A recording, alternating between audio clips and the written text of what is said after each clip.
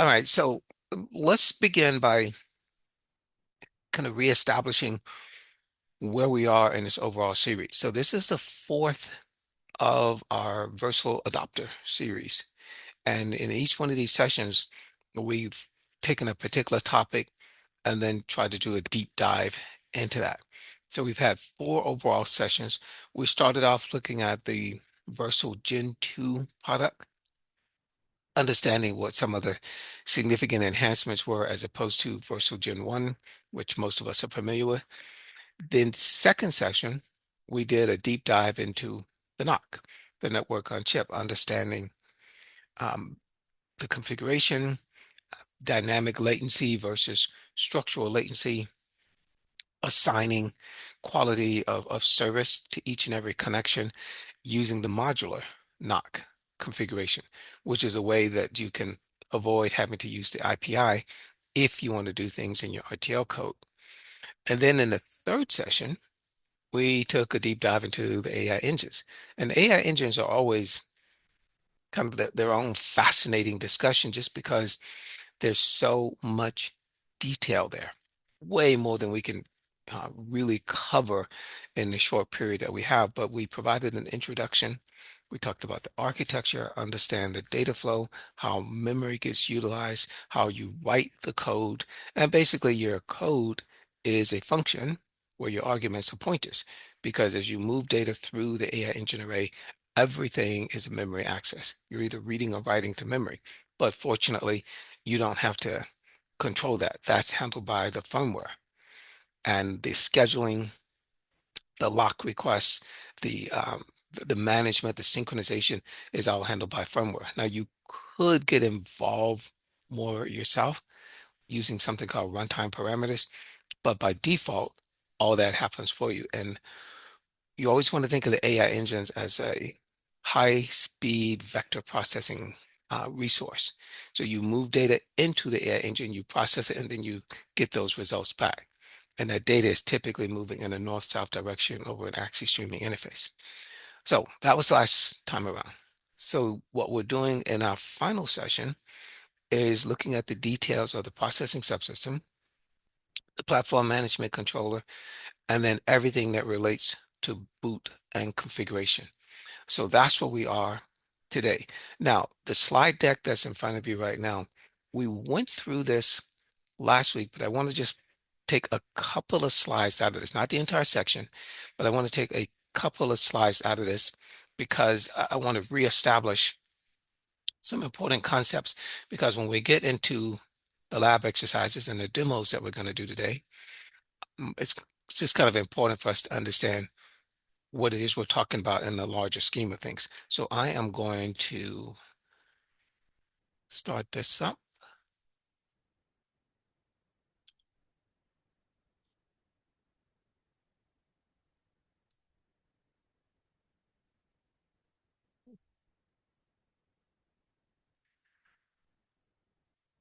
So let's come back to this slide for a moment.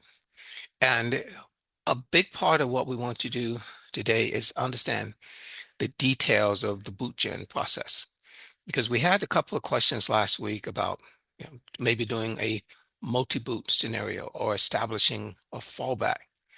And exactly how would that work in Versal as opposed to some of the previous FPGA technologies?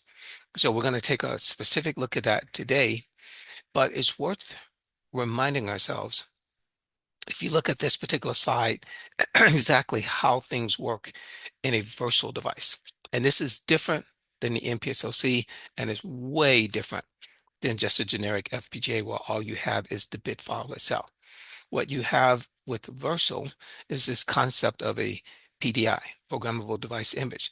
That breaks down into individual images, and those images contain partitions, and the partitions can either be like an ELF file or a CDO. So you have layers to this, and of course, all that gets specified in the BIF file, which then that's the input to the boot gen process.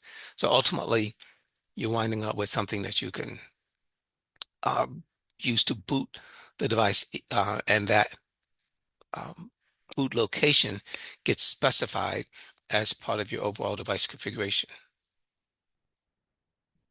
All right, so we went through this. We talked about the different stages of the boot, and I'm going to go past all of that. And if you do want a refresher on this, please take a look at the video once that is posted. And of course, we can do things in either secure or non-secure fashion. I'm thumbing through this because I want to get to a specific section of the set of slides. Once again, we only have a couple of people here, so feel free at any time to ask questions. You can raise your hand, or you can actually go as far as just unmuting yourself and asking a question directly if you um, if you want to do that. So the point, the particular slide that I want to get to, there are two things that we were discussing last week that we needed to clarify in a little bit more detail. And the first had to do with like the secondary boot source. So when you are setting up your overall boot configuration, you have a primary boot, and the primary boot is directly tied to the ROM code and the specific boot device that you're using. But if you're going to have a secondary boot, then that gets specified as part of the primary boot. And then that information gets loaded by the platform loader manager. And when it ends this sequence, then it immediately switches over to the secondary boot. And that secondary boot can have a variety of different sources. It could be the same boot device that you used for the primary boot. So understand that your secondary boot does not have to be something separate, but it could. So here you're going to have more flexibility because you can use Ethernet, you can use PCI, you can use USB, any of the things that were really not available to you as part of your primary boot. You can also use the image store. And what the image store is you can have either full bit streams or partial bit streams that are located in memory. So when we say image store, that's what we mean. And then you can call that out as part of the BIF file. So ultimately, it's all about the PDI.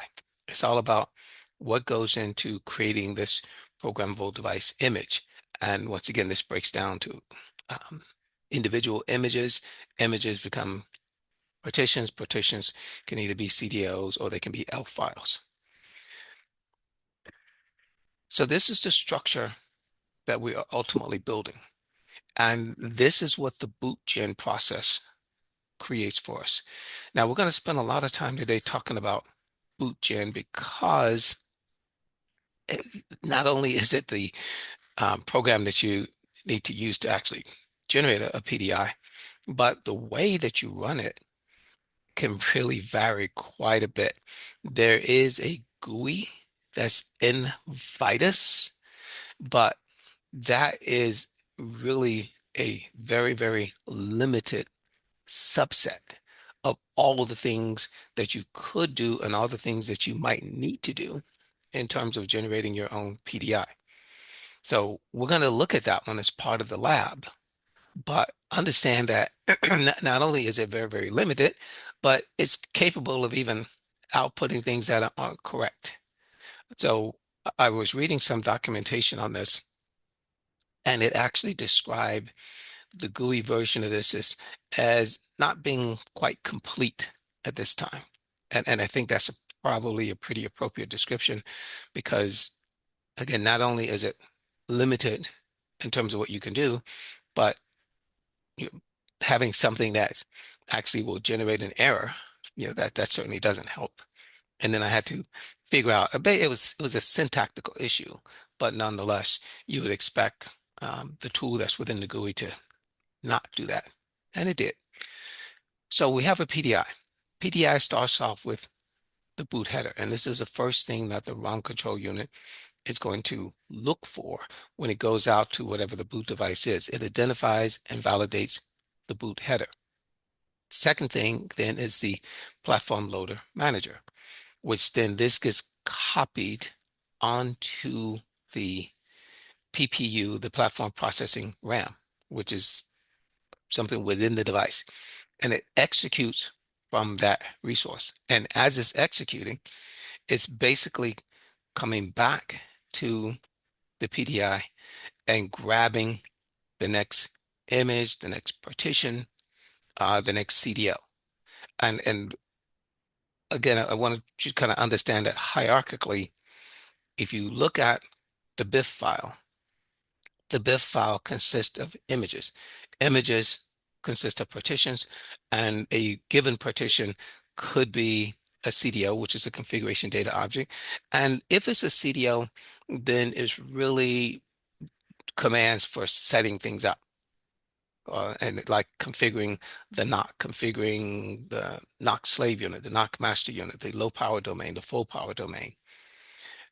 If it's an ELF file, then of course it's the executable file that's going to run on a given processor. Now that processor could be the A72, could be the R5, could actually be the platform loader manager ELF file that's going to run on the PPU. So anytime something's going to run on the processor, it's included in this particular PDI as an ELF file.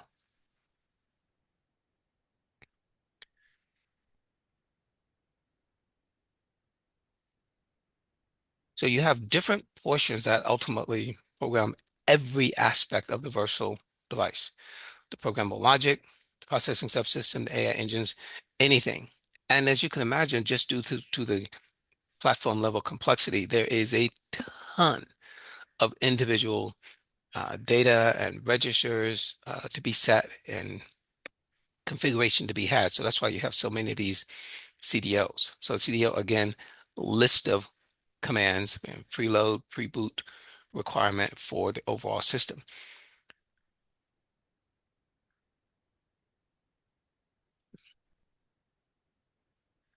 So I want to get to this particular slide because I want to show where does all this begin. So here's bootgen, and we're going to talk about bootgen in more detail later. But I want to show you exactly where the process begins, and it begins in Vivado. So we know that with any AMD embedded processor design, you're going to be using a combination of Vivado and Vitis. So we're going to use Vivado and the IPI tool to configure all the hardware aspects of processor. Well, the other thing that Vivado is doing, it is in the background creating a image file for you that ultimately gets exported with the .xsa. So it is creating a BIF file and it's also running bootgen. So once that file gets exported, we can then update it, or the tools can update this. So what this particular illustration is showing us is that the original PDI, which came over from the Vivado products, probably 50s to 70% of this remains completely intact. Other portions get updated, like the PLM, and then other things get added. So what gets added? Basically, the application code that's running on the processors, and of course, none of that would have been defined at this stage. So we wind up with a new um, PDI as a result of bootgen, as a result of the um, creating a new BIF file. And what you can do when you run the commands to specify the BIF, you can actually include a BIF. So you can either start with something that's altogether new, or you can take a BIF file and then supplement that.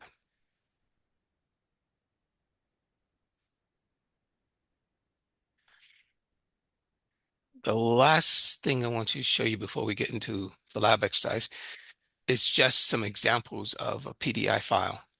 And the difference between these as you go from left to right is what resources in the system are actually being used. So the one on the left is the most complete because this is booting up all subsystems. That includes programmable logic, the AI engines, the processing subsystem, the NOC. Each one of those is individual either ELF files or CDOs. This next example, say we only have a single agent, and this is a subsystem CDO for the RT system. Then we have, in this case, just a PDI that only boots up Linux and RTOS. And the last one, just configuring the PL itself.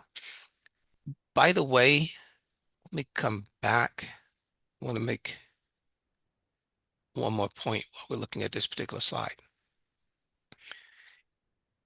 We have one customer that was attending the session. I don't know if they're logged in this time around, but as part of their overall system, they are actually using this scenario where you only use the programmable logic.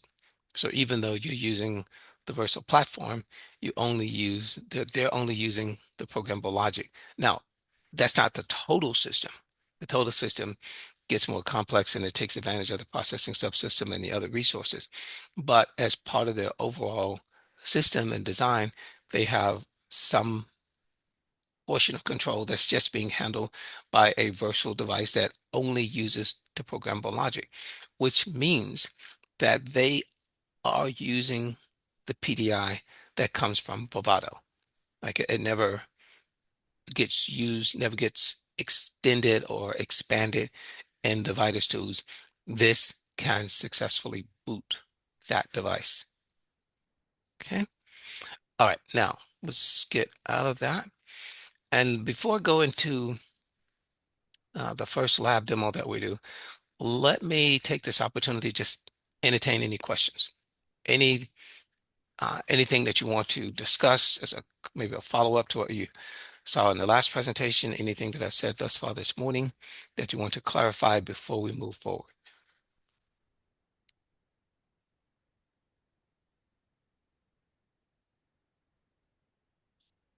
Are there any online classes, part of the training that goes into detail on this process?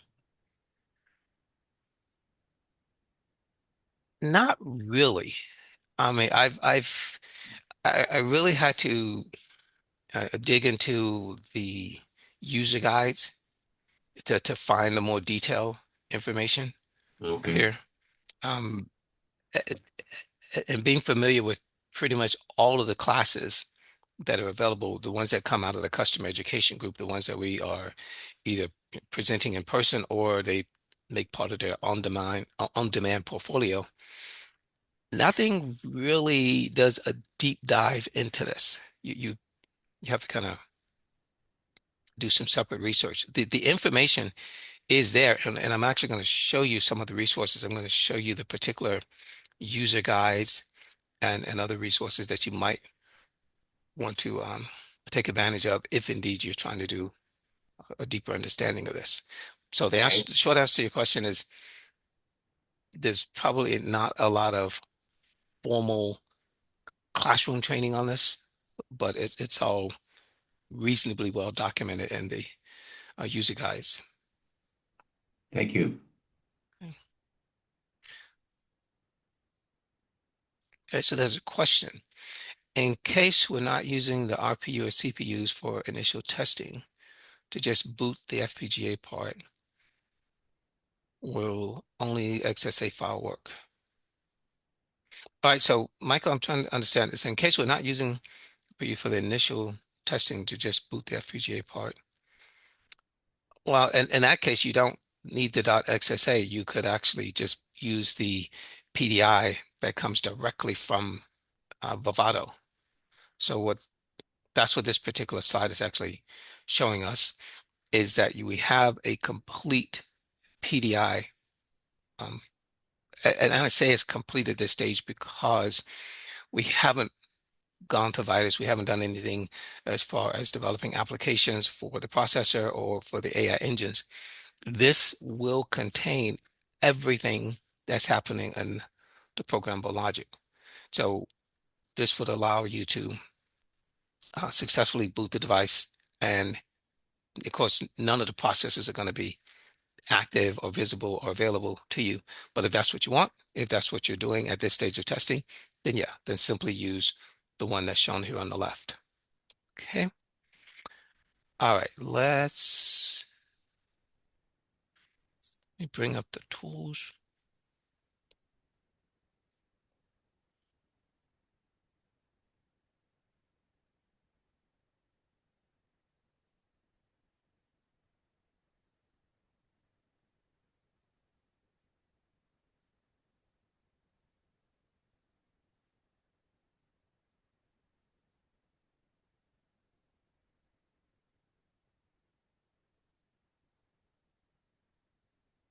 So we're going to walk through two labs today. The second one is going to be this programmable logic debugging. So we're going to set up some VIO cores and some VLA cores, and then actually boot this to the VCK 190 board and actually do a little bit of testing and verification there.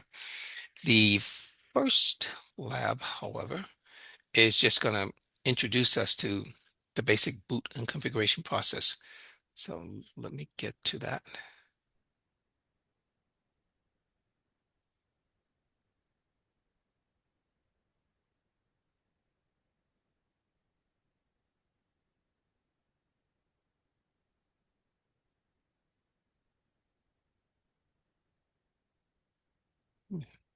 Well, it's just trying to rearrange windows so I have everything in front of me. So this specific exercise takes us to the process of actually creating that boot image and then using it to program the VCK 190. And we're going to do it in a couple of different ways. We're going to use JTAG. We're also going to boot from an SD card, and then we're going to run the whole design in Quick Emulator, all to just make sure that we have the exact same functionality in all cases. So the objectives for this particular exercise, as you see here on the screen, is to create an application component and just simply use the templates and Vidas for that purpose. Build that, run the application on the Versal board, against starting off with JTAG, then generate the necessary output products for an SD card, run it uh, also in the quick emulator and observe the boot log, and then just basically look at some of the things that are being created. And what we want to pay particular attention to is the BIF file. That is the basis for the boot gen product. So I want you to see firsthand how that looks and what the structure is. So with each lab exercise, they always give us a little bit of documentation. So they give us a little bit of introduction here, talk about these boot processes, primary boot, secondary boot, with, opportunities that you have with the Versal platform.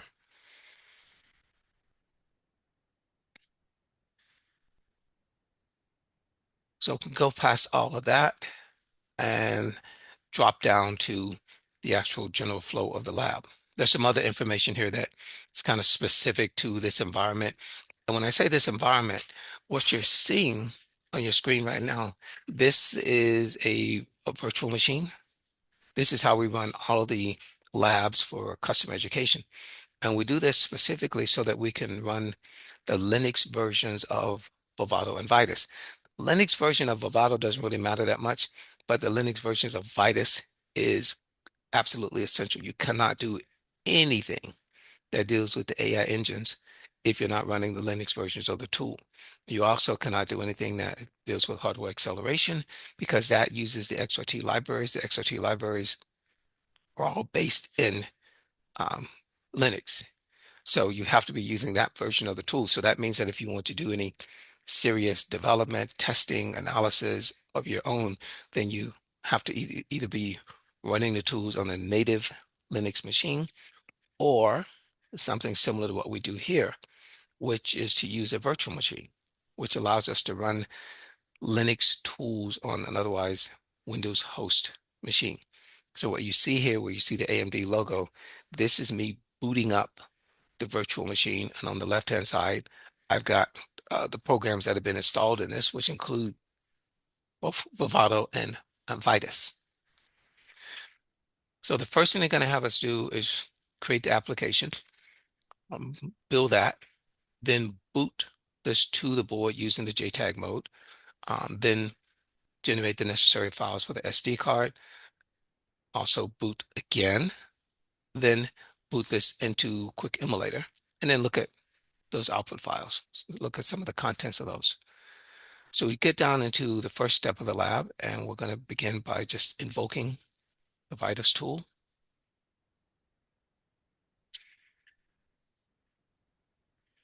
They always discuss the fact that you could invoke this by running the setup script, but if you click on the GUI, you click on the desktop icon, then of course you get the same result. When the tool opens up, we always need to set the workspace. So Vitis opens up, and the first thing it's looking for is, are you creating a new workspace or an existing workspace? So we're going to go to the command to set workspace. And for us, on for these particular machines, I'm going to go to the training folder and then Versal boot and config lab. And there are two versions of this, one for the VCK 190 and then one for the VEK 280. So we're going to use the VCK 190, go to the app folder, and this is where we are starting.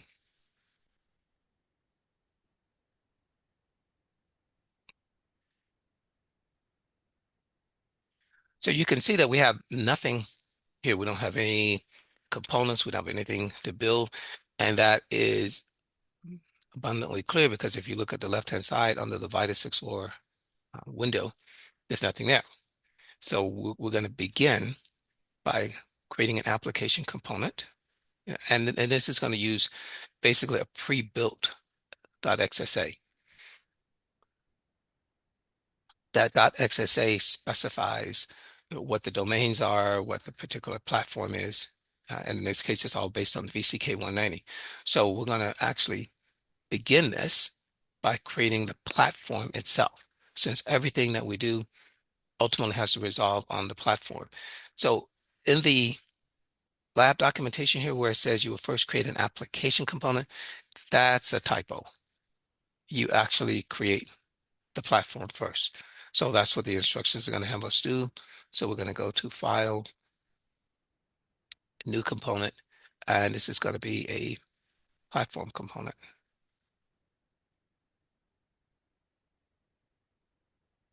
We're going to give it a name, and we're just simply calling it boot config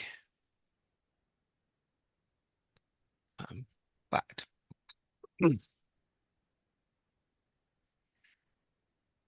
This naming convention probably looks a little bit weird, but one of the things that will help you in the Vitis tools, because you're creating different components, if you actually specify the type of component that you're creating somewhere in the name, it makes for greater readability. Because after a while in a fairly complex design, you're going to have lots of different components. So you just labeling them in a way that perhaps it makes sense to you in the moment. But hey, 2 weeks from now, as you build and you have more and more components, you're looking at that list and it becomes harder and harder to distinguish. So because we're creating a platform component, we give it whatever name up front, but then underscore plat, because ultimately we're going to create an app that's going to run on this platform, and we're going to call that boot config underscore app. And that just makes it easier for you to be able to distinguish as you build more complex designs that have a lot of different components. So we're going to make that the name. Obviously, it's going to write it to the current folder. We click on next. And for the purpose of what we're doing, we're going to say hardware design, which means that we're going to browse and find a particular .xsa. We could go here. If I go to existing platforms, then this goes to a pre-populated list of platforms that you can download from the AMD website. But in this particular lab, we're going to use a .xsa file that is already being that's already been generated for us. And this is probably closer to what your design flow might look like. So you would be in Vivado, you would create the initial design, you would export that as a .xsa. And when you were in Vivado, you would have specified what the platform was, along with the processors, along with the specific hardware peripherals that you want, entertain your boot device, all that level of detail. So for the purpose of this exercise, again, we're selecting hardware design. We're going to browse,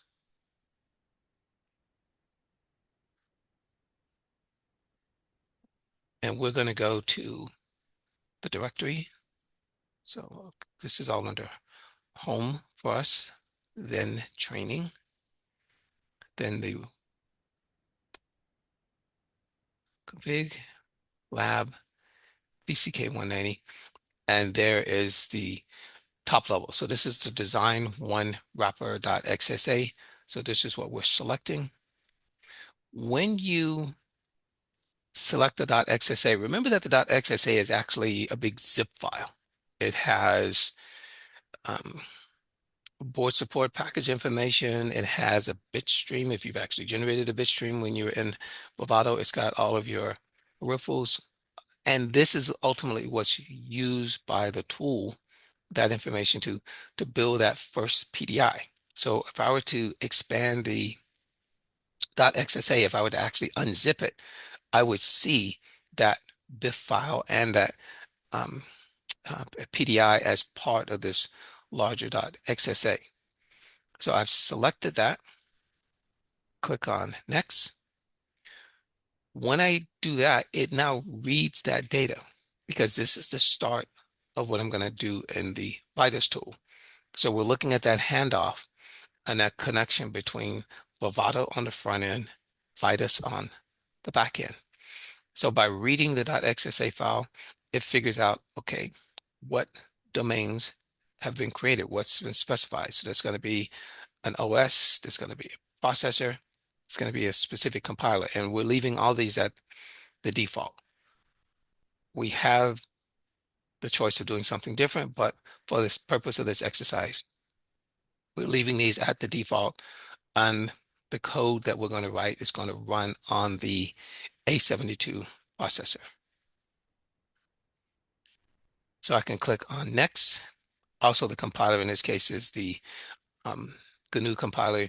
You could be running the ARM compiler. So I'm going to click on next. This brings me to a summary screen. I will click finish. So that set of commands and operations created the first component in this workspace. And that component is the platform. And then everything else that I do will be assigned to that particular platform. So as soon as this finished processing, in the upper left-hand corner, this will appear as my first component. Like everything, it of course needs to now build. When you look at this, just to kind of quickly navigate here, right now I have this boot config plat that I created. When I come down into the flow window, I can pick and choose which component I want to perform some operation on. Right now, I only have one. So that's the only thing that's in the drop-down list. And the only operation is to build it. So I'm going to click on build.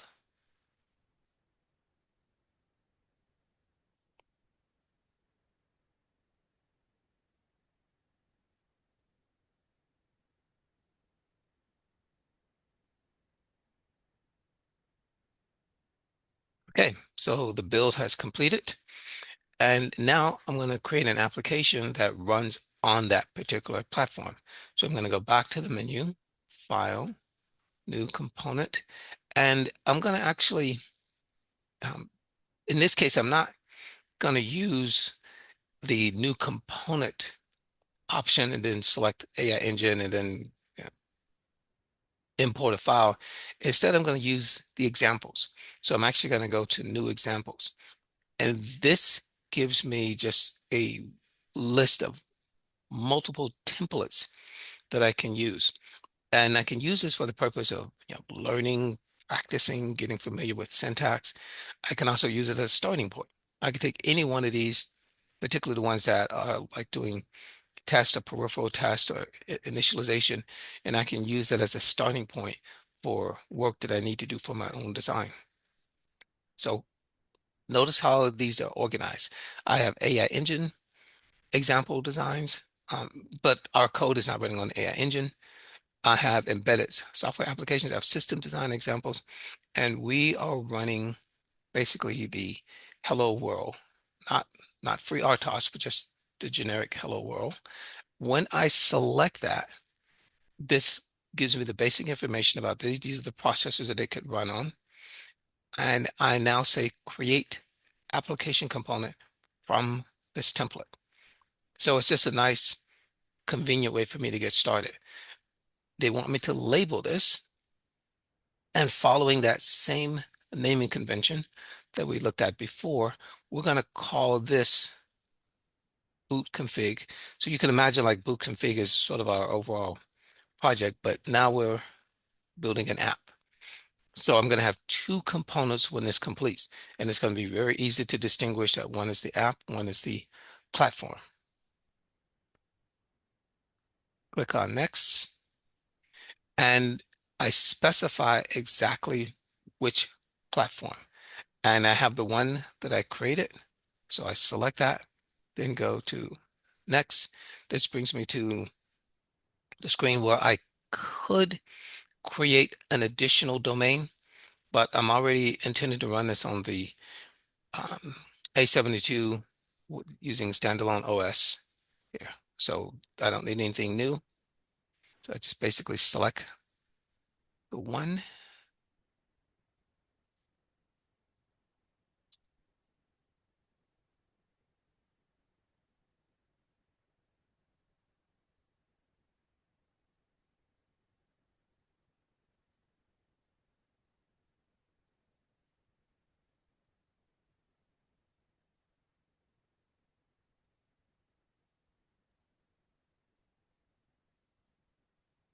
Okay, that brings me to the summary screen.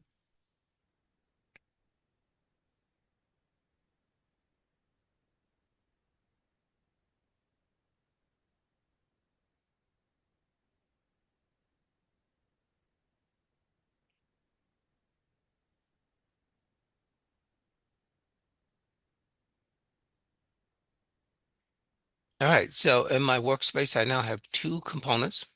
I have the application component and then I have the platform component. So when I come down to here, make sure that I'm selecting what I intend, which at this point is going to be the application component. And I'm going to build this. When I click on build, because I'm building this for the first time, I make some selections here about, so always build the platform with the application or only build the application manually and build the platform if needed. And I can pretty much set this either way. I mean, it's going to run pretty fast either way. So I'm just going to leave it at the default and I'm going to say, okay, great. You can basically save that in the workspace preference.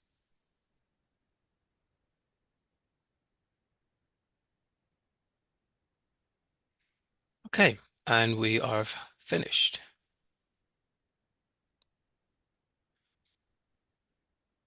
So let's actually do something a little bit different here. Let's actually go into the application since this is Hello World.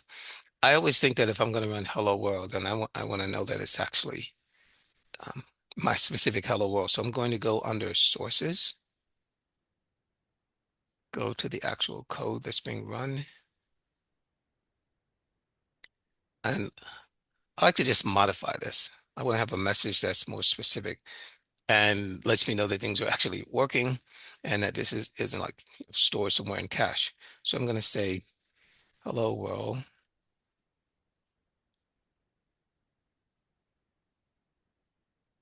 Mr. Culverson.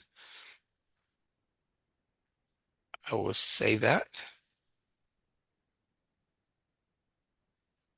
Now, notice the fact that I changed that. I get this little uh, yellow triangle here. It means tells me that this file is out of date. So I could just rebuild. Sometimes, depending on the circumstance, you might want to clean first. So you could clean out all your previous build results. And let's see, I'm going to do that here, just show you how it works. Then I'm going to rebuild this. All right. And again, it's done.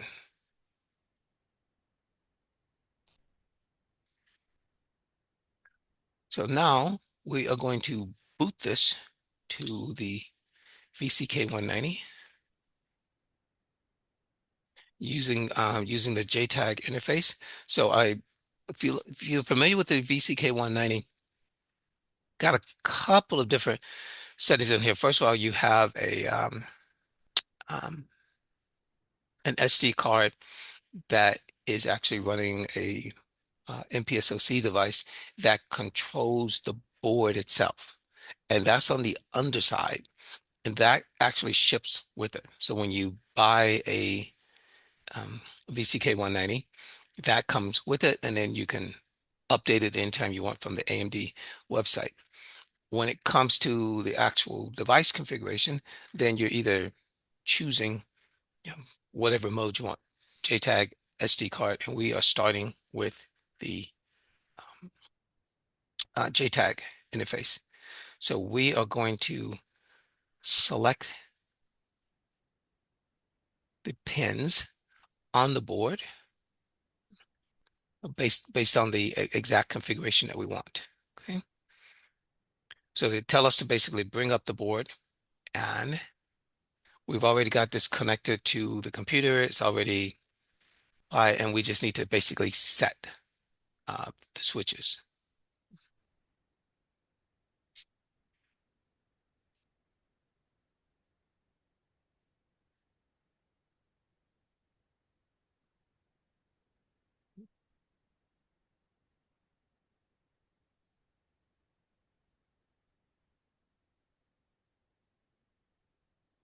Okay. All right. So with that, we should be ready to actually boot the board. Similar instructions here for the VEK 280 if that's what you happen to be using. Now, we also need to determine exactly which COM port, once this is connected, because we're using this virtual machine, and the virtual machine is, of course, running on the Windows host, but it runs in its own environment. So when I want to connect to the ports of the actual PC that I'm using, then I need to go to the device menu, go under USB. It already recognizes the VCK is connected, but I need to um, enable that connection so that we are communicating through that. I can then bring up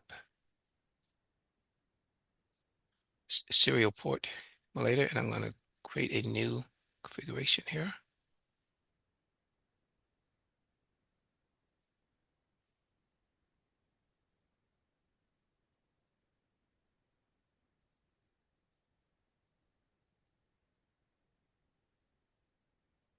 This is already set to the correct baud rate. So I will just click OK on that. And then also do the automatic uh, carriage return line feed. Okay. Then I'm going to boot the board.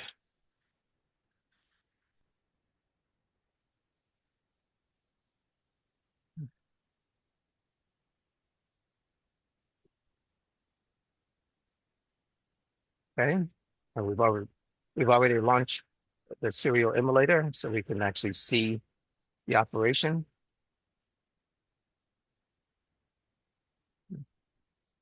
So now we go back to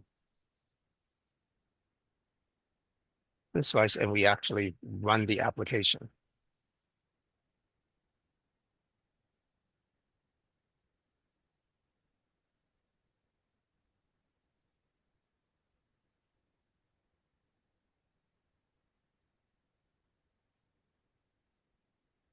Get these windows out of the way.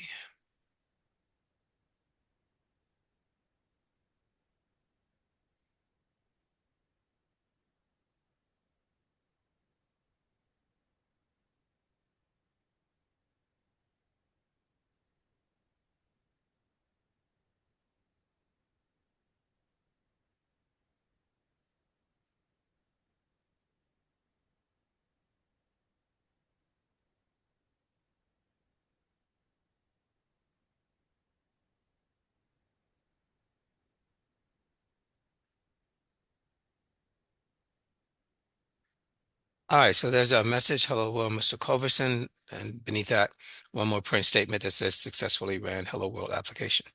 All right, so far so good.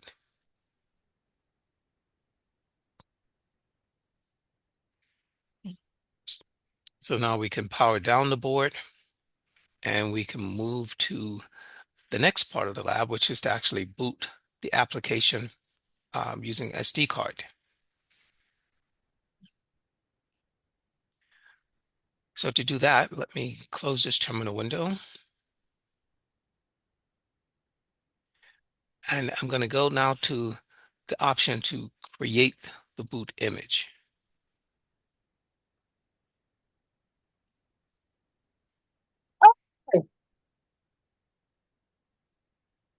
So does someone have a question? Okay. All right. So this is the GUI version of the BootGen tool. And I gotta tell you, I'm not really a fan of this. And if you're looking at those kind of detailed user guides, they just flat out tell you, even in the 2025.2 version, that this GUI is incomplete. It represents really a subsection of everything that you could do with BootGen. And I'm sure that they will continue to make it better, but for now, it's really just the most basic settings and the configuration options. So one of the first things we need to do is to specify the BIF file. And the BIF file in this case is basically going to be created with the boot data and then the ELF file that's running on the specific processor. That's really all we have in this very simple design. So, but I do need to specify what the output file for the BIF is going to be. So I'm going to browse, and they tell us to just label this as boot config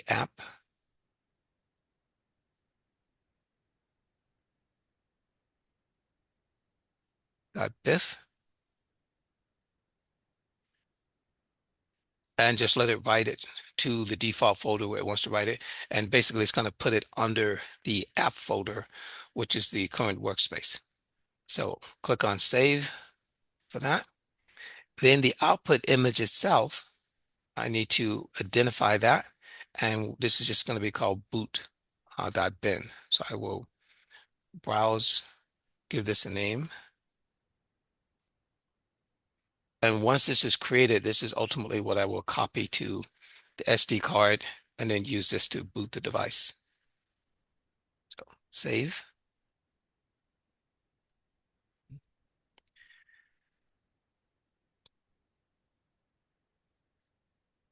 Then at that point, we just create image. Now, before we do that, let's do a little bit of exploration here.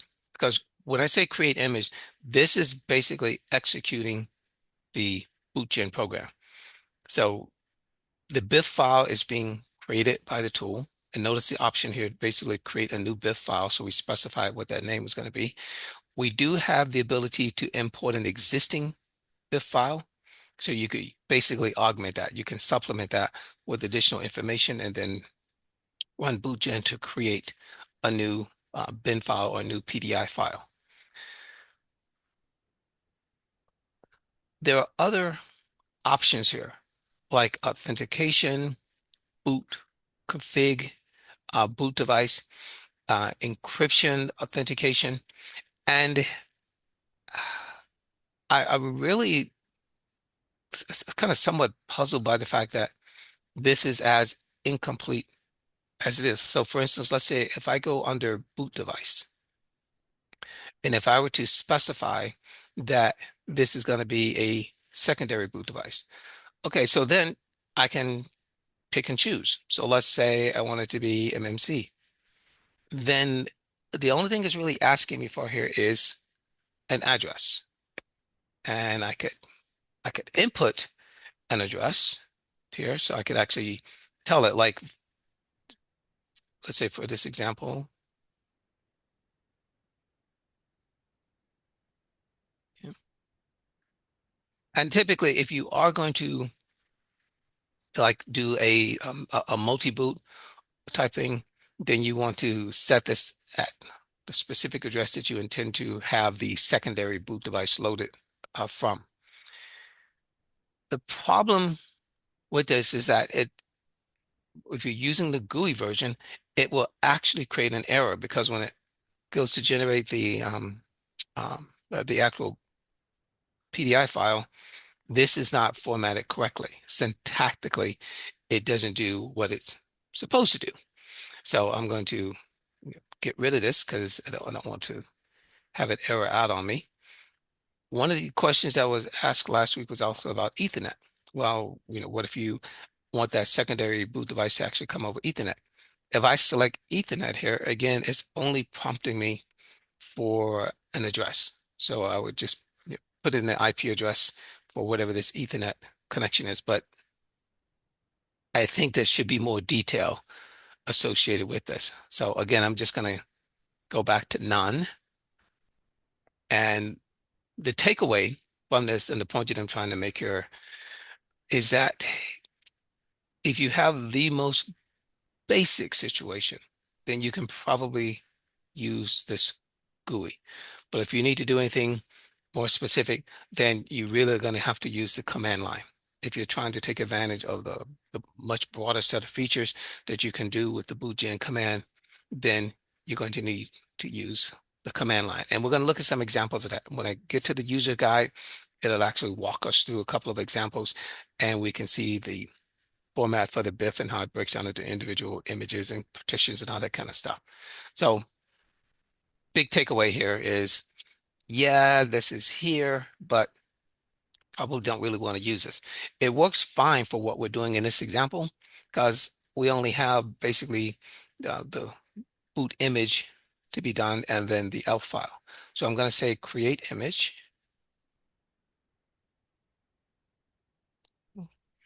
and I get the message that the boot image was generated successfully.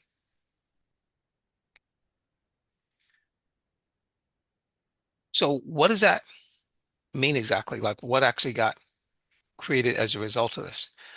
If I go to my Explorer panel, let's say I go under the lab folder. So I'm going to go to the training, under Versal boot config, under lab, under PCK 190, under app. So this is what got created. I told it to basically write things out to this boot config app folder. Within that, I have the boot config app.bif, which I just specified, and then there's also the boot.bin. So this is what got created from that. If I double click and open up this, this shows you what a BIF file actually looks like. And we're going to see more examples of this when we get to the user guide. But for the purpose of this particular exercise, I want to just kind of introduce you syntactically what this looks like. The BIF file is like your recipe. If you're thinking maybe in terms of like a Yocto interface, this is almost like a recipe for building the ultimate bin file or the PDI. And this is the input into the bootgen process. So the BIF file is organized into different partitions, excuse me, organized into different images. As you see here, we have two images. And what these images are, the first one is specified as a boot image. So each one of these images is going to have a particular type and it's going to have a partition. And within that partition, you have a specific thing that you're doing. Like in this case, it's the boot image. And the file that's actually going to be used here is this design one wrapper.pdi. So this is the actual file that's going to be uh, created as a result of. So this is the boot image. The only thing, literally the only thing we have running in this design at this point is this application that's running on the processor. We haven't done anything with AI engines. We didn't put anything into the programmable logic. So the only thing that's in the bit file that's in the PDI is this one subsystem. So here we have another partition and we specify which core, and then the file itself is this boot config app.elf. And of course that got built when we built the application itself. So what's in the boot.bin file, what's in that binary that's actually going to execute on the device is just the information necessary to boot up the processor, load this particular elf file onto that processor. All right, so let me close that. So now we need to take the boot.bin and actually copy it to the SD card. Once again, we're working in this virtual environment, so I need to take this, copy it, and there's a built-in interface between the virtual machine and the actual host machine. And it's this folder called SF training. So I can come here. Let me get rid of anything that existed by the name before.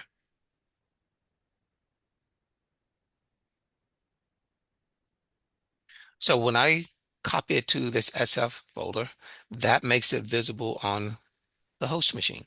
So if I go to my Windows Explorer and go to the corresponding folder, which is called training,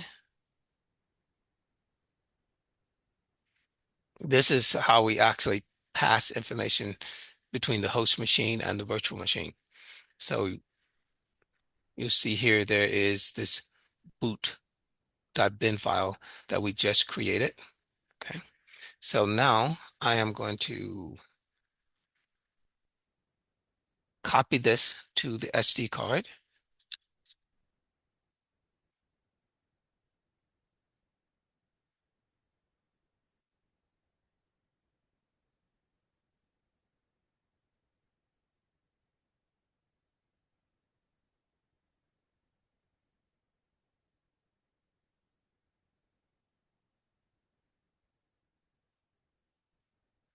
Let me just get rid of the one that was already there.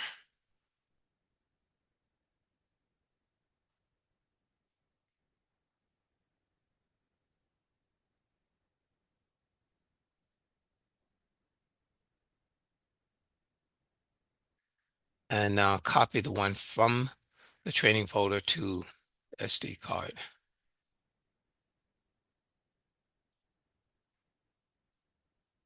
Okay.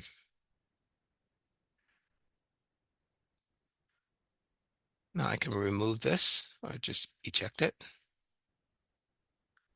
Take the SD card, put this into the VCK 190 board, change the pin settings so that it is now booting from SD.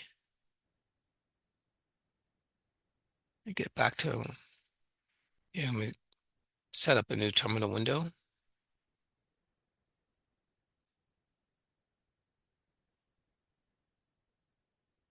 Hold on.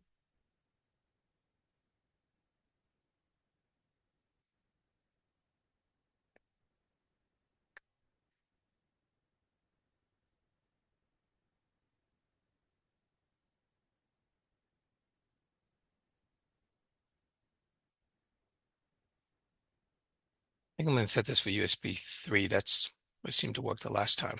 So I will click OK. And so now I've got the card in, got the terminal window set up. I now power up the board. And yes, that's the correct port.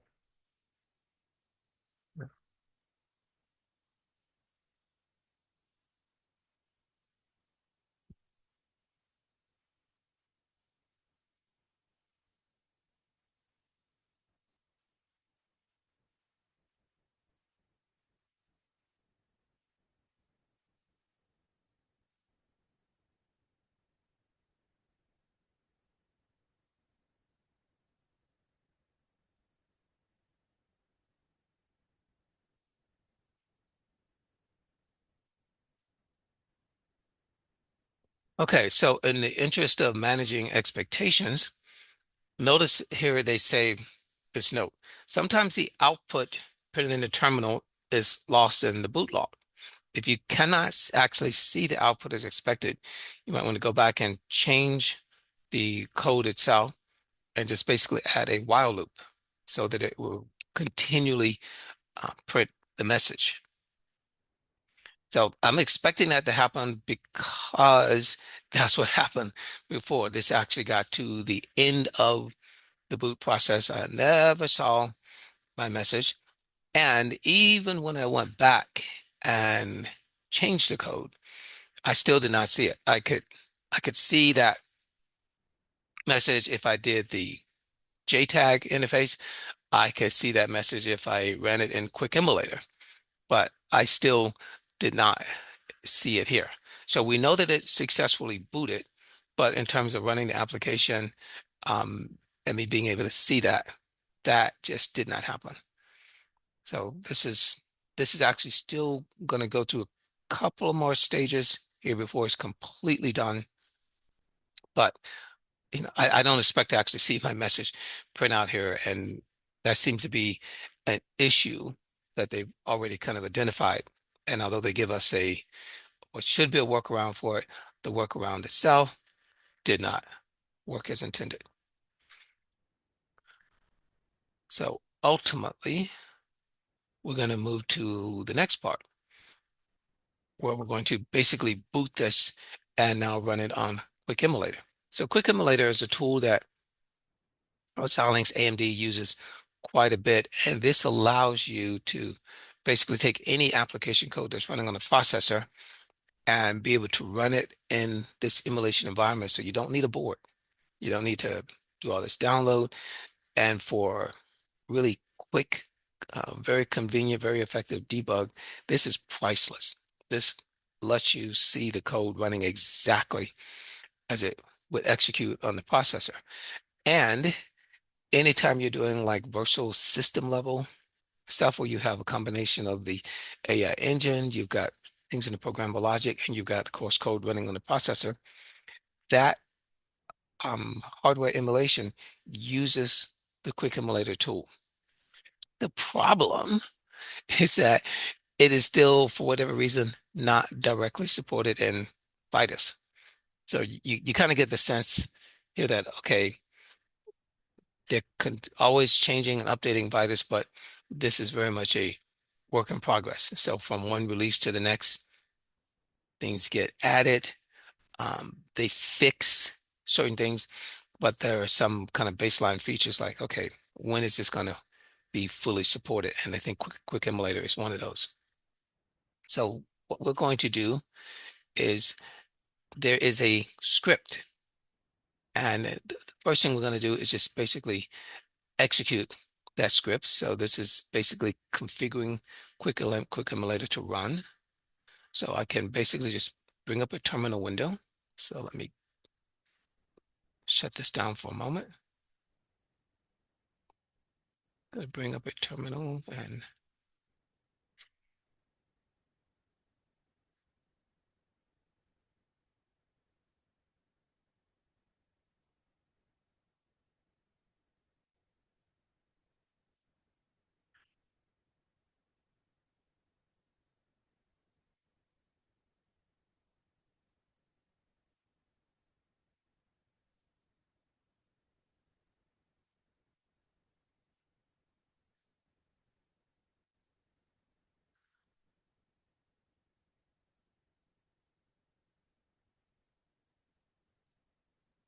so I'm following this command 4-1-3, which basically runs this uh, command sequence to set up Quick Emulator. And this is necessary because, again, it's not supported natively in the tool just yet, which is strange that 3 or 4 versions into Vitis and they still haven't um, resolved this particular issue. So boot, Versal boot config.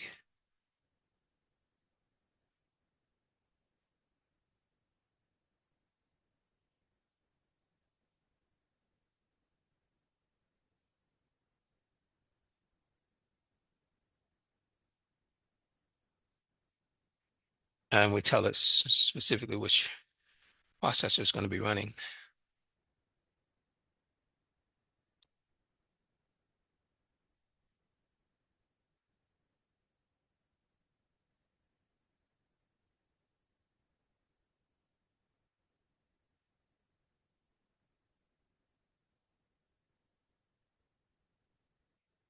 Mhm.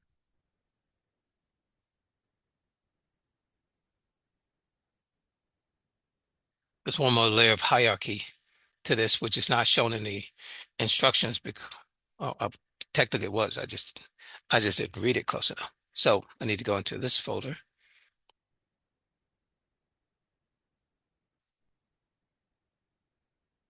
and this is where I'm going to run the utility.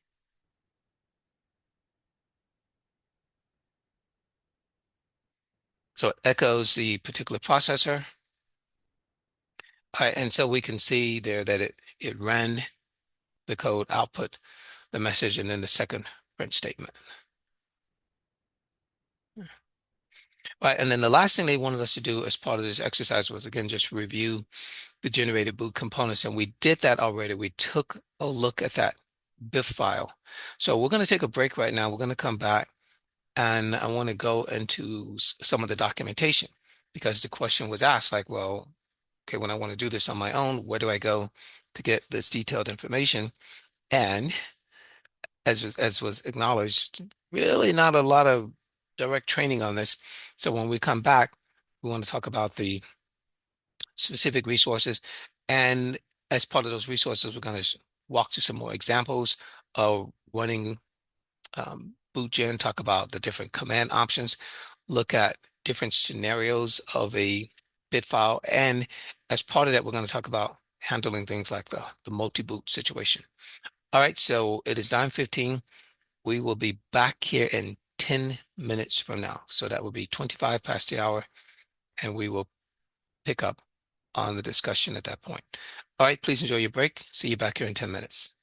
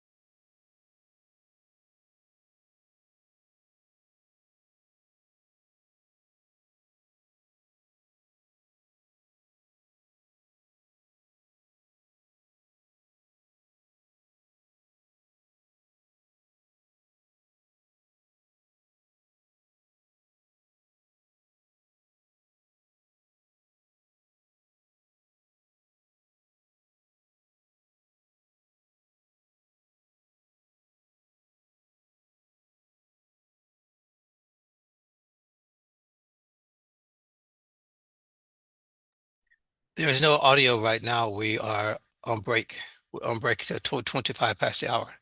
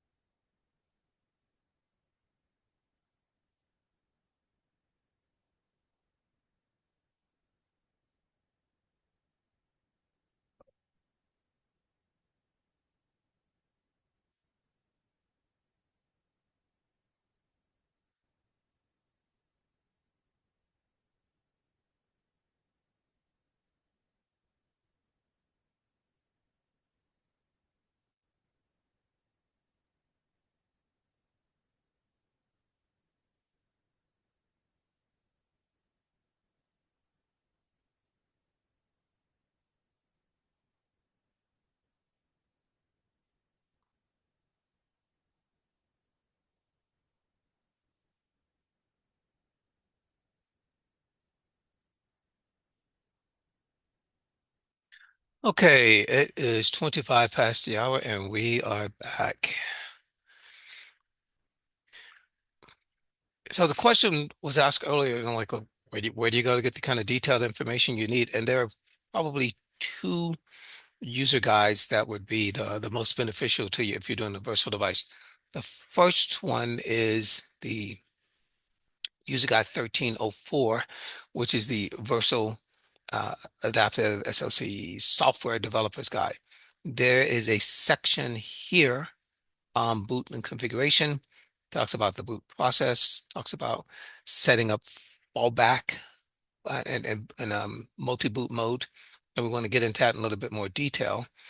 There is a second manual, however, that deals just specifically with BootGen itself, and that is UG 1283.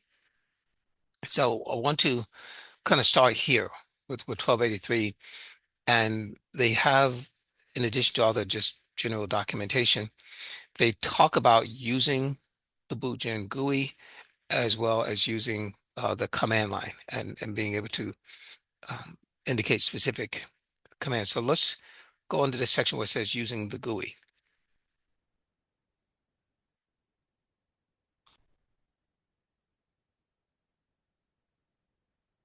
So if I open this up, what you see here is, okay, this is exactly what we saw when we were in the tool. And they pretty much tell us that this is really not a complete set. Let me find that information.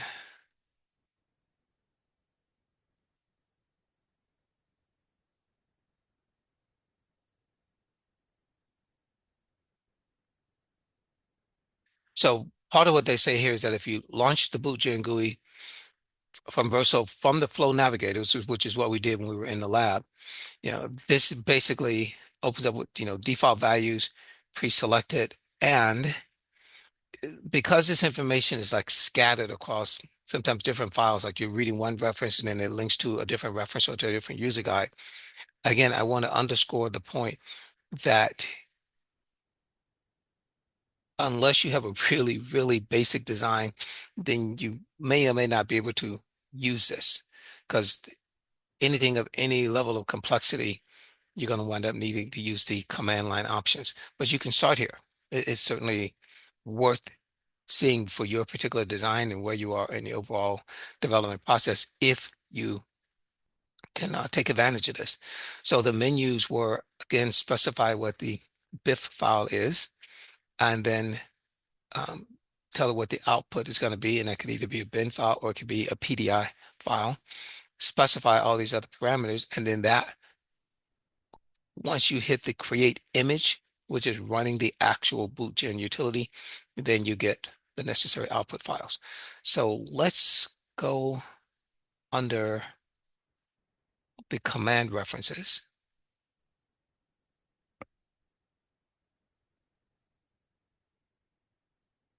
So this is showing us the more detail where we indicate you're typing things at the command prompt. You have a set of arguments include, well, what's your architecture? Architecture could be Versal, could be MPSOC. You also give it information about authentication. So here's an example where, let's say I run the command bootgen, specify architecture. And in this particular example, we're adding to this some authentication information. So let's concentrate for a moment on the more basic one. Let's say without the authentication. What's absolutely necessary is that you have to specify what the architecture is, then specify what the image is. And the image is going to be the boot file, the boot.pif file. And then the output, in this case, is boot.bin. The dash W means to overwrite anything that's already there, and dash O specifies the name of the output file.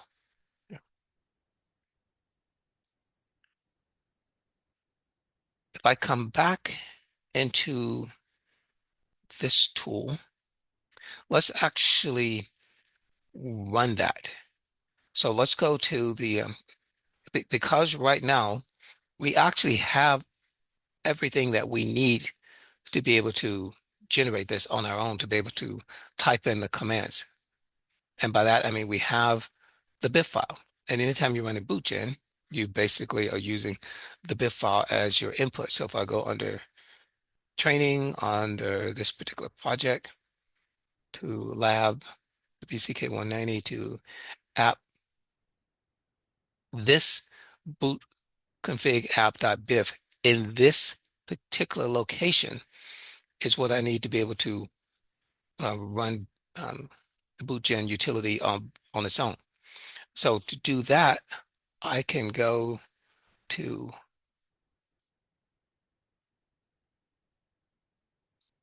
Vitis and bring up the console.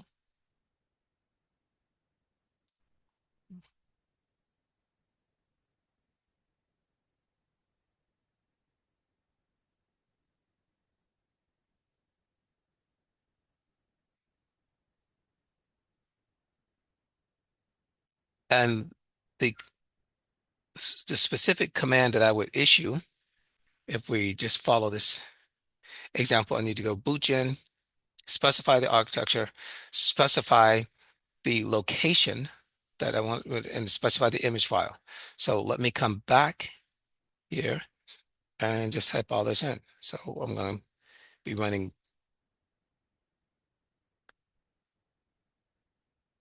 bootgen, and I'll specify the architecture as being Versal, specify the image, and the image right now, well, before I do that, let me tell you exactly where we are, because I'm going to need to change the location, because if I actually see when I start this up, it's that this actually starts in the Vitis subfolder. So when I issue these commands, unless I want to have to just type in the whole path, the whole long path, then it makes more sense to change the location um, to the lab folder.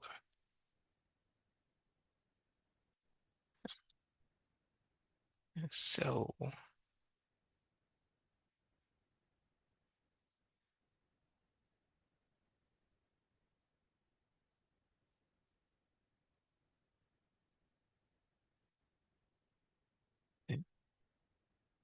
so under training, we're in this specific um, Versal debug, Versal boot config rather.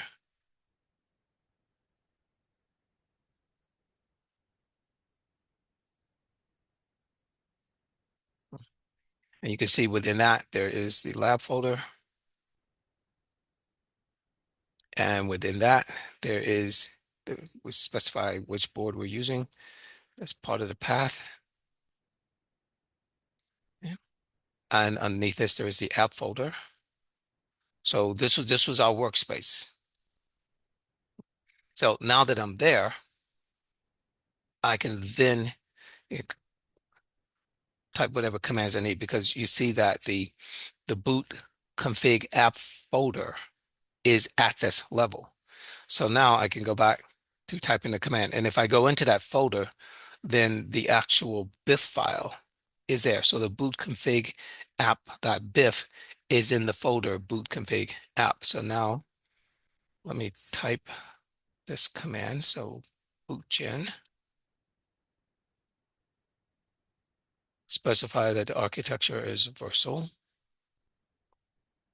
specify that my image is in this boot config folder. So boot config app, and the actual BIF file itself is called boot config app.bif. Specify I wanted to overwrite any existing output, and that the actual output itself, I'm going to call it boot2.bin.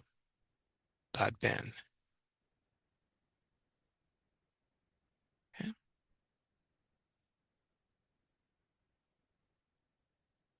Okay, so you see that it successfully generated the image. So this is now me using the bootgen command at the command line prompt, as opposed to using the GUI to create it.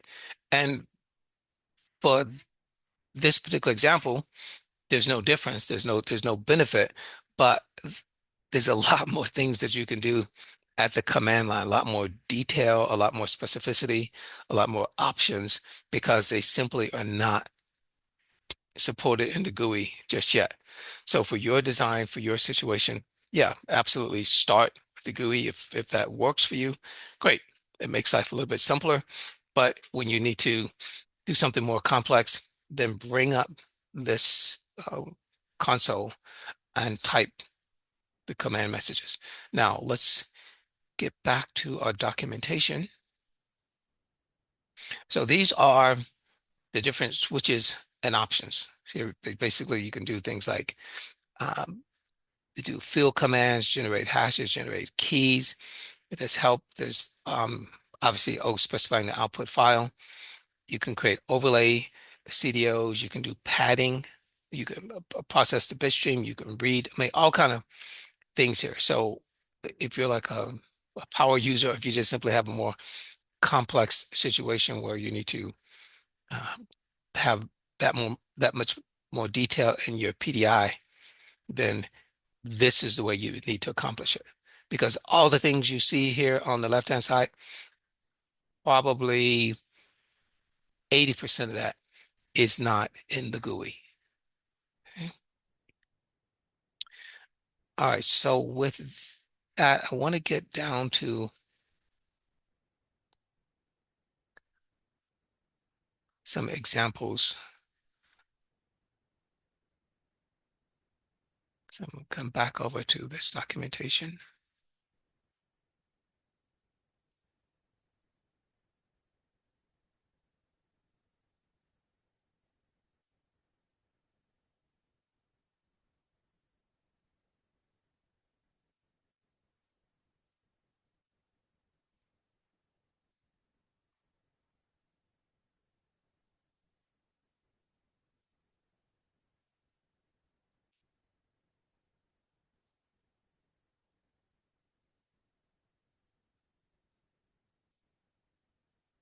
So if I go under use cases, I want to go specifically to Versal.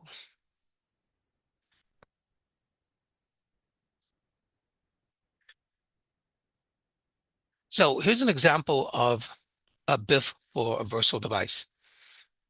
So we start off with the particular ID.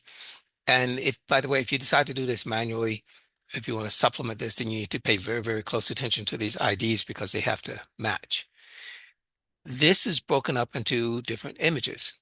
So I would take the file that you see on your screen right now, and when I ran the bootgen utility, this is the file that I would be referring to.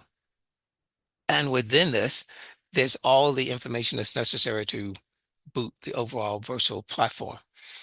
So the first image here has to do with the platform management controller subsystem.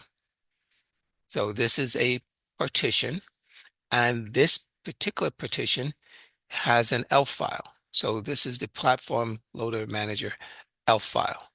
And the type of file is bootloader, which is important. Then you always specify what the type of file is, and then the tool knows what to do with that. Now, typically you don't have to create this, but you can.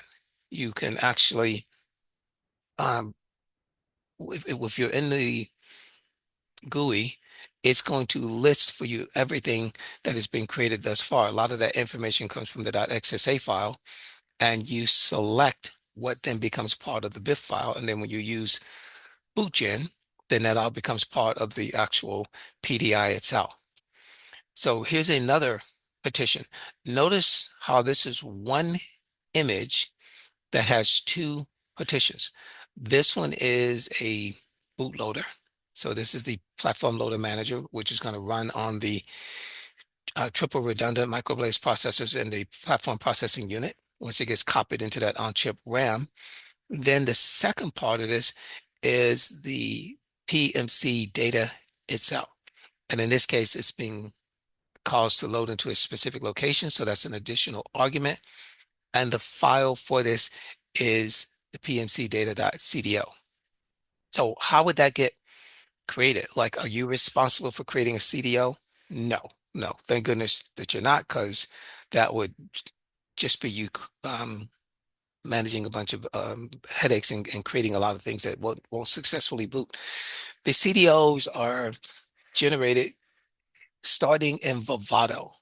So you're in Vivado, you go into the IPI tool, you drop down either the SIPs or the processing configuration wizard, and based on your selections there, that forms most information that's going to be used in the CDOs. You might modify that somewhat when you come into Vitus, but generally speaking, things that relate to the most basic boot up of the board or the configuration of the these things are going to start with Vivado and then maybe get updated or modified in the Vitus tools.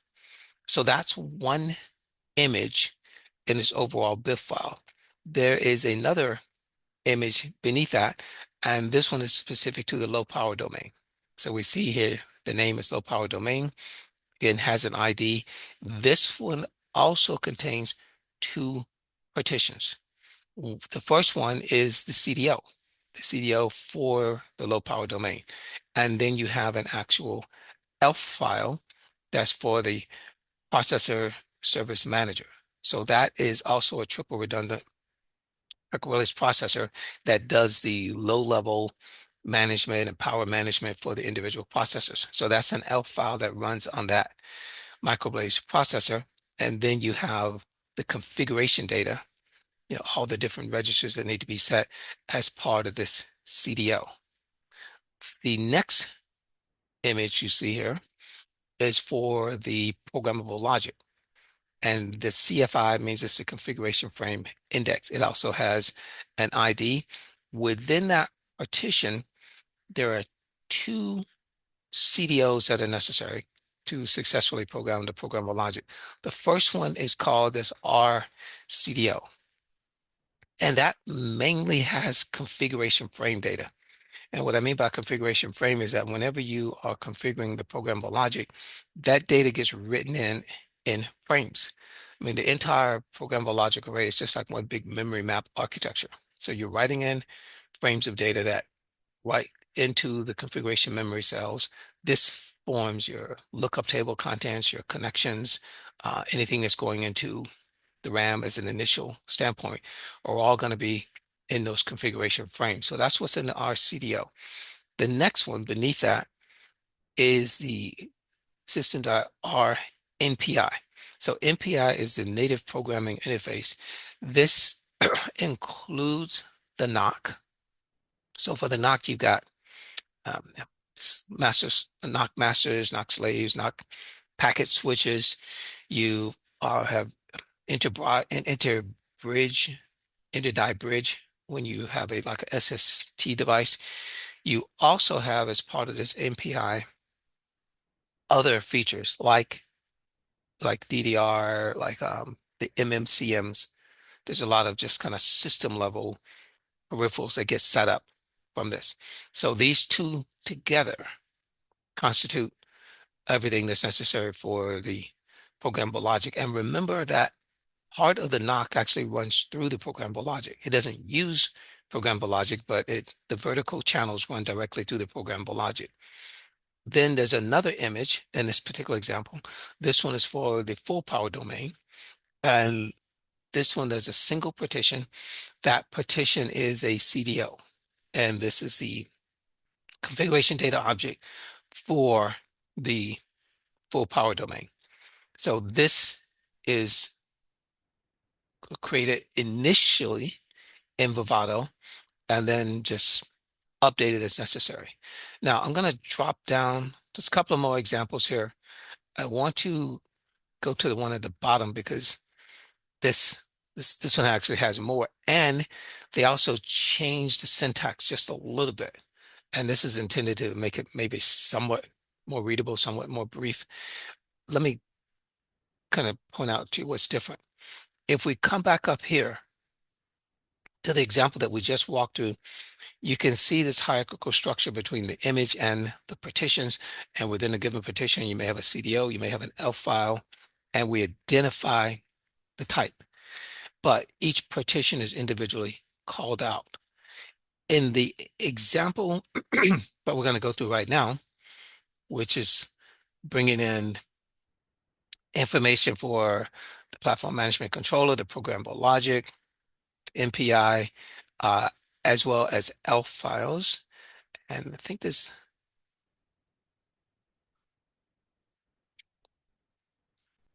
there was one that actually had even a AI engine, but let's let's go back to this one.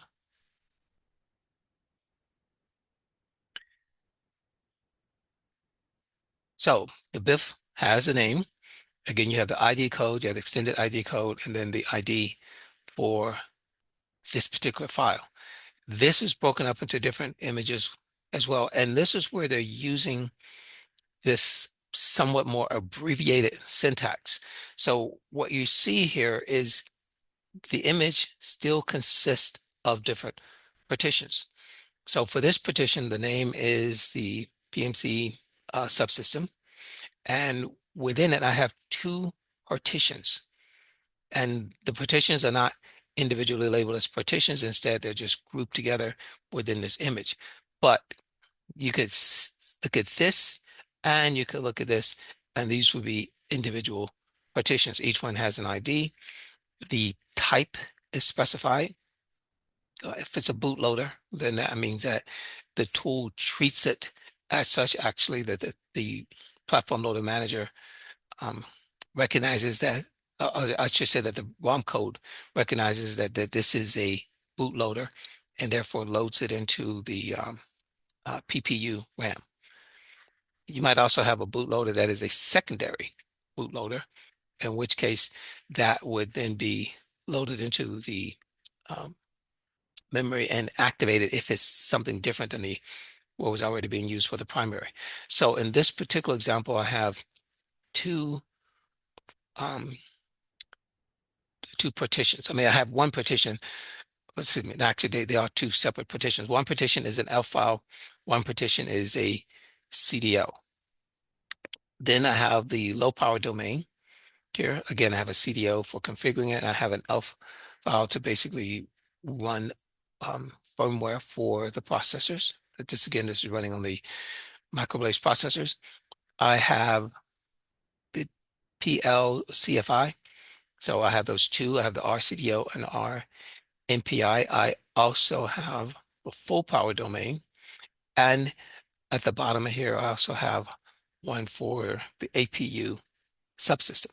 And the APU subsystem, in this case, this is running an actual uh, L file on the APU and also one on the RPU. Okay. So my point in showing you this level of detail, I want you to kind of understand the nitty gritty of how this works and some of the current limitations and the tools and where you would go to find documentation and some recommendations. So let me pause here, entertain questions about what you're seeing and just any questions you have.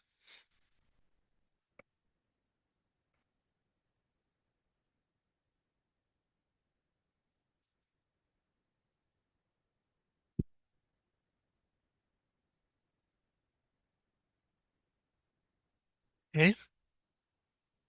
All right.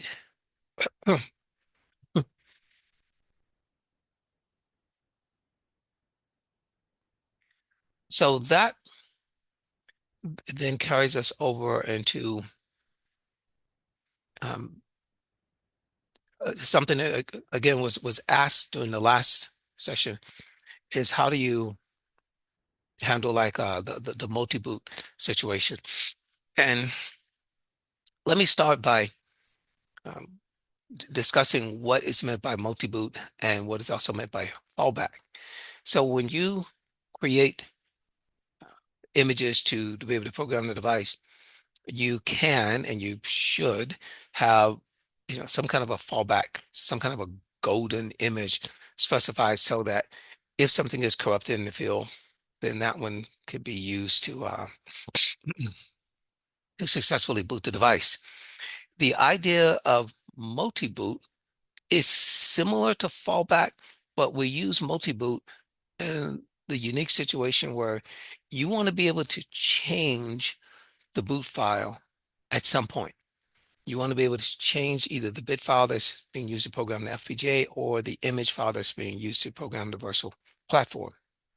And the way you're going to do this is you're going to tell the tool where this secondary file is.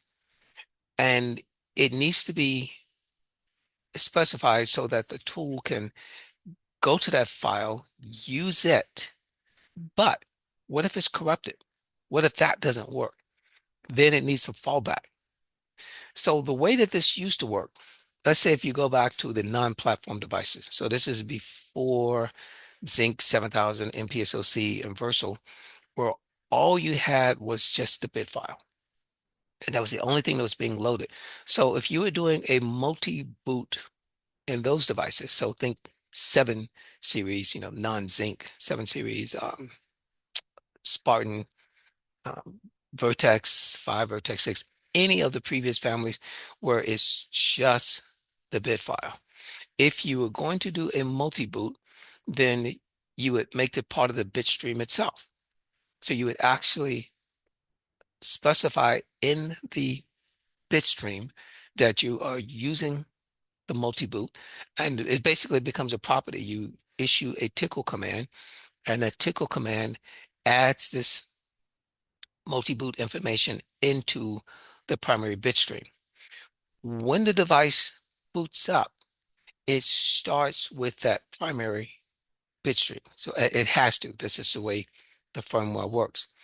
When it sees the command for multi-boot, it then branches to the second file that you've specified. Now, if for some reason that file cannot be successfully loaded and used to configure the device, then the fallback is to come back to the original. So the original not only launches the secondary, but or the multi-boot um, particular file, but it also becomes your fallback. So if for some reason that doesn't work, then it comes back to this one. So that's how it used to work, where you would actually put this information into the bit stream itself. Fast forward to today's devices, where the bit stream is only part of a much larger set of configuration data for the entire platform, because you have the bit stream, you have ELF files, you have a ton of different configuration data. So now you have this programmable device image, which breaks down into these different partitions and CDOs as we just saw.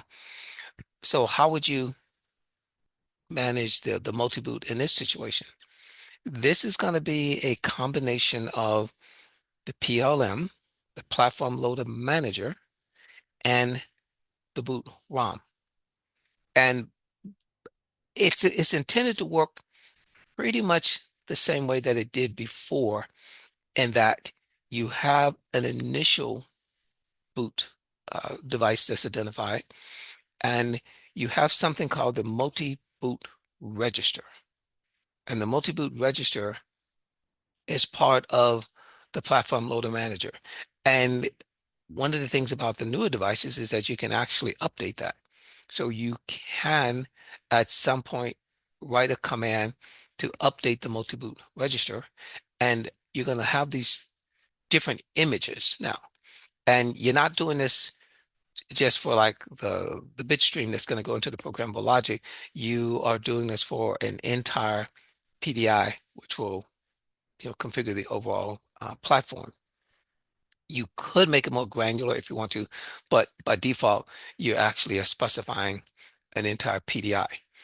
So all this is now managed using the same resources that manage the overall device configuration. So that's where you would wind up specifying this secondary file. So we can see an example of that. I'm going to click on this secondary boot. And if you look at this example, let's kind of figure out what's going on here. Part of what we're telling the tool, and this is the primary, this is going to be the primary boot device, but we're telling it exactly what the secondary is going to be. So we identify, in this case, let's say the boot device is going to be a quad spy at this address. And notice the address here is C, um, this 16 megabyte address in memory. We then have all the details for this primary boot. So we've got the PMC subsystem, we've got the type is as a bootloader. And again, and this is going to be the ELF file.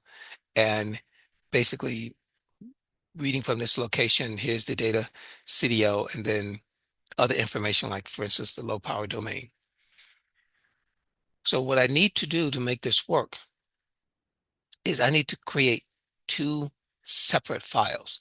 And these files are, they could be on the same device, or in this case, we're saying that the secondary device is actually going to be Quad Spy. And what I then need to do is generate that specific image file. So here's the BIF for that. And this needs to actually be loaded into Quad Spy at that exact address because we've told the tool in the first, in the primary boot sequence, this is where the secondary boot image is going to be located. So you obviously need to generate it. So you need to take this to the boot gen process, generate that second file, and store it at that exact location. Okay. Questions?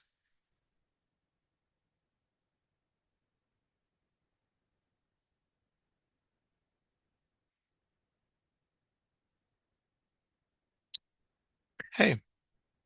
All right. And again, these are just this is just documentation that you can find on the Xilinx website. You can um, also even just using a Google search will kind of point you in this direction, and then when they kind of give you a partial answer, typically that will also link to one of these manuals, and this is kind of a great way to get started digging into more detail, being able to see the individual commands.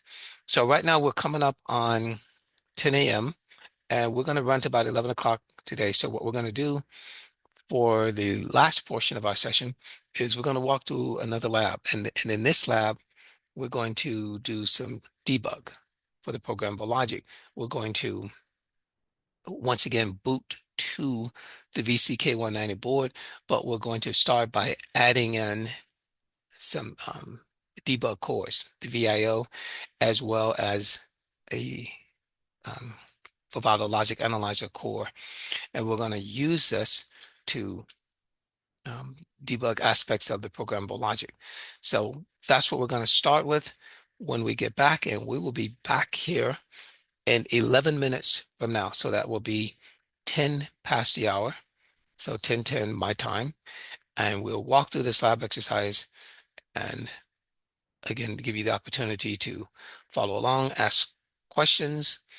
Someone had actually asked me about these lab source files. I'm more than happy to put these in a Dropbox folder for you if you actually have a version of the tool that lets you run this. And the only other thing you would need is the documentation to be able to step through. And I will put that into the same Dropbox folder with the source files for the lab. So what you can expect um, within the next 48 hours is a email from me that gives you a link to the Dropbox folder and also tells you exactly what the um,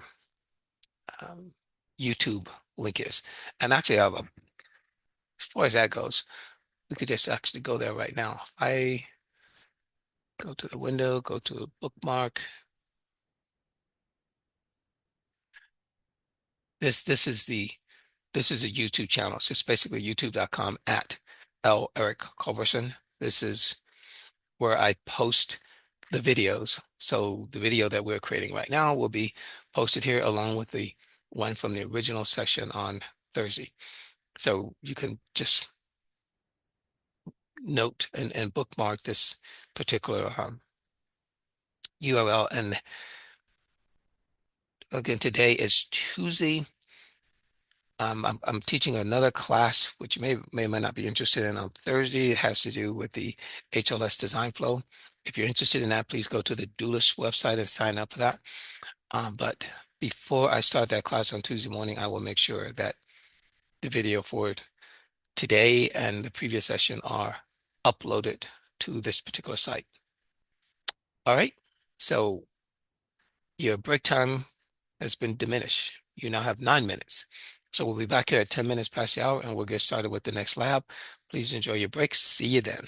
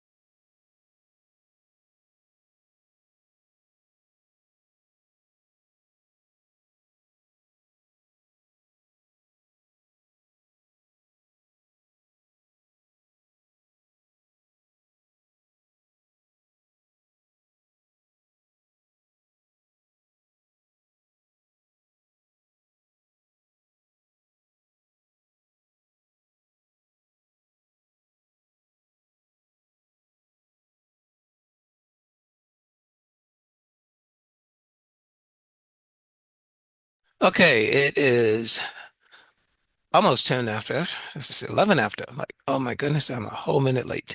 So we're going to go into this next exercise and we're going to go through these steps of programmable logic debugging, setting up the debug course. And there's a couple of places in here where we will be compiling, and that will take a while because we're going to be in the Vivado tools. And so when that happens, when we get to those stages, I'll probably just take another break or something, and then I'll come back once that compilation is done. So the objectives of this lab is to be able to drop an Axie VAO, Axie Streaming VAO core into the design using IP integrator, then also drop an ILA core in, add the debug cores to the RTL module, generate the PDI, program the actual device, and then use these cores for debugging. Use it to actually control the design. So it's informative and if you haven't gone through these steps before, so there's might be some things in here that might be helpful for you. So we are using Bravado Logic Analyzer, which is the updated version of ChipScope Pro. So we can do logic analysis, debug, system level debug, board level debug. This talks a little bit about the different cores, and I'll talk about that a little bit more once we actually get into the lab and we actually look at these individual cores. Then there's the same boilerplate information about the labs running in this particular environment. So the steps for this lab is to create the base design, add in the fabric cores, add in the debug cores, generate the PDI, program the device, then start using these cores to actually control it. So we start off by invoking Vivado.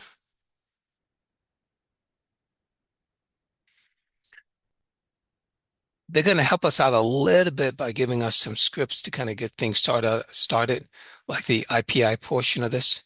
But once we have everything in place, we still have to generate the output products. And again, that can take at least a few minutes to complete. So from here, we can basically go to the Tickle console and we're going to run a script that's actually part of this particular lab exercise. So it starts with us going into the specific folder. So we could do this using these commands. We could also just do it manually.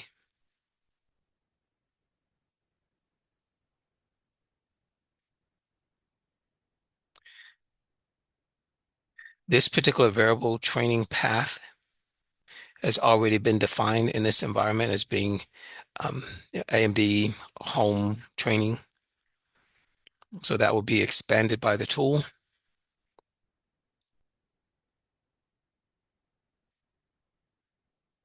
Of course, this is all case sensitive, so I need to be careful about that. And this particular exercise is called Versal debug. And the particular script that we're going to run is in the support folder. Okay. All right. And I obviously managed to screw that up. So let's go here.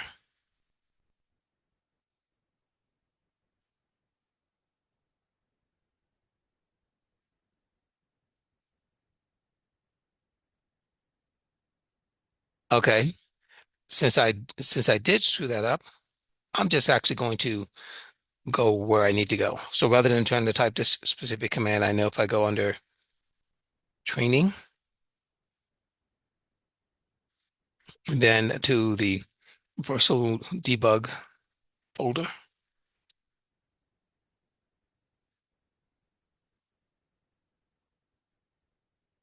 and then to the support folder underneath that.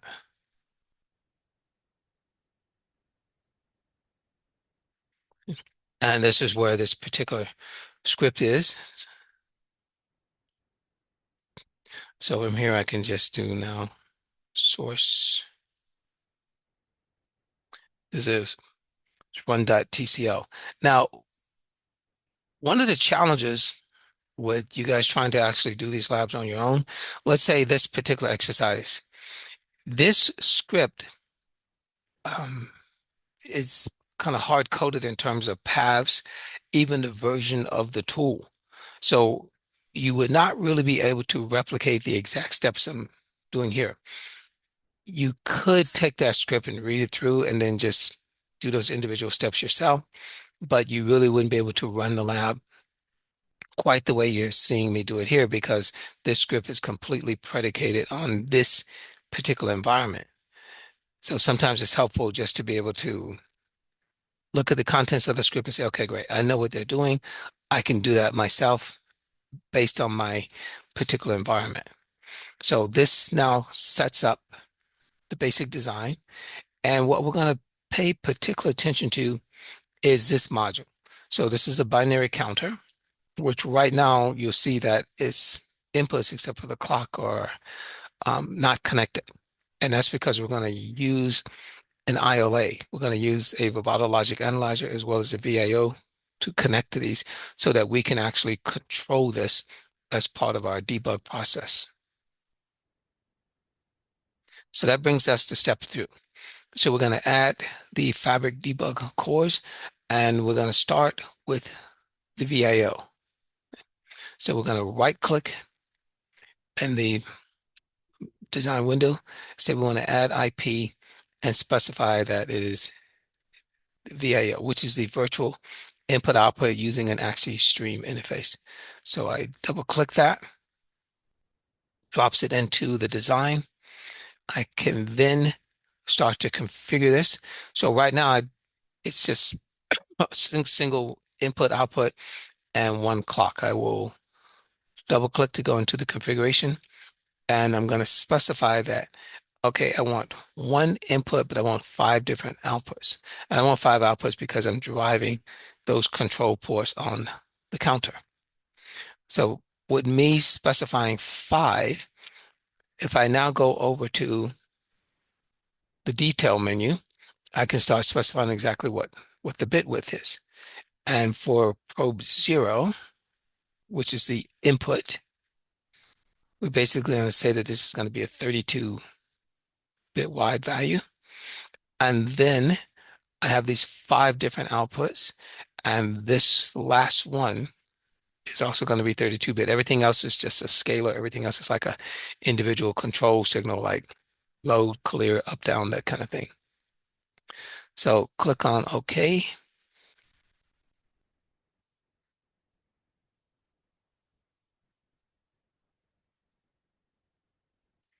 And now they ask us to basically connect this.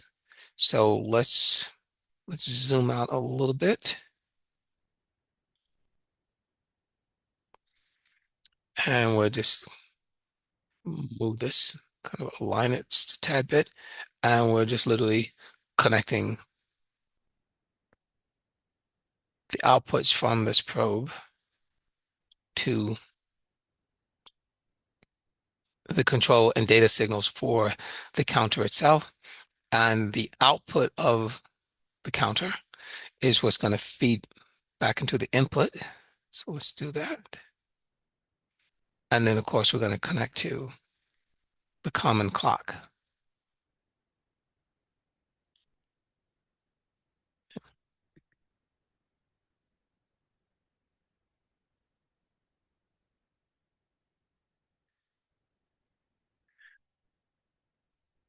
They ask us to then name these nets that are actually making these connections in such a way that it'd be easier for us to recognize because part of what you do when you are assigning um, these debug cores is you identify the net that you're going to connect to the particular probe.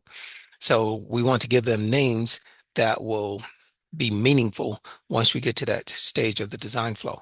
So we're going to select each one of these nets.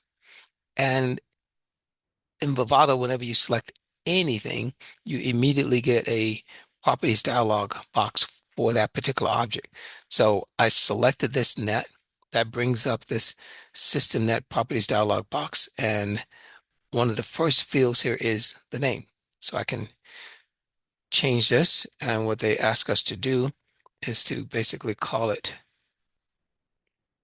a binary counter. Wow. I'm such a bad typist, but binary counter underscore CE. Then we're going to do the same thing for each one of these.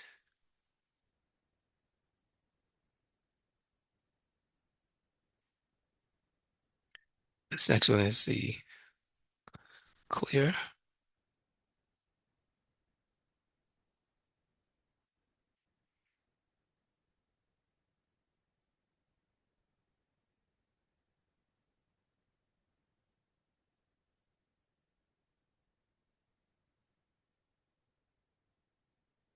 control signal for up down,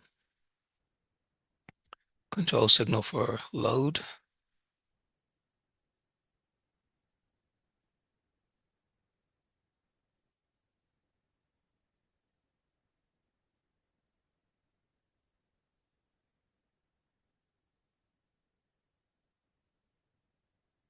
and then the actual load data itself.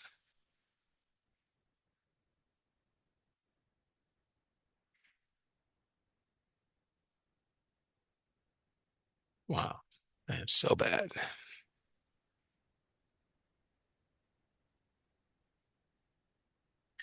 Okay, so that renames each one of these signals. Then we're also going to select the specific nets that we want for debugging, starting with the output of the Smart Connect, which is this is going into the BRAM controller.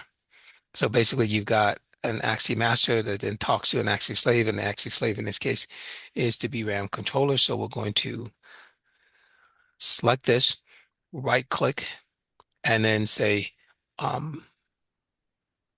debug. When we do that, it adds this little icon here, this little green debug icon. And this means that I can, when I'm ready, I can run the connection automation and it will automatically drop down a debug core and automatically connect these signals to that core. So let me get the rest of the signals, including the output from the counter itself. So we're going to say debug this. And from this RTL block,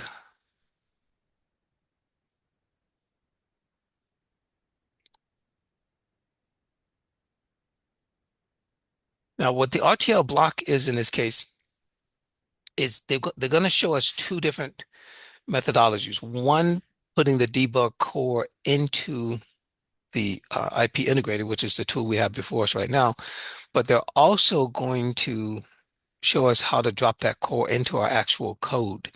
And that code is encapsulated into the RTL block. And then the last signal is going to be the output from this from the DDS compiler. And then this is just basically doing a little lightweight DSP type operation. So we're going to take this 32-bit output, select that, and once again say debug.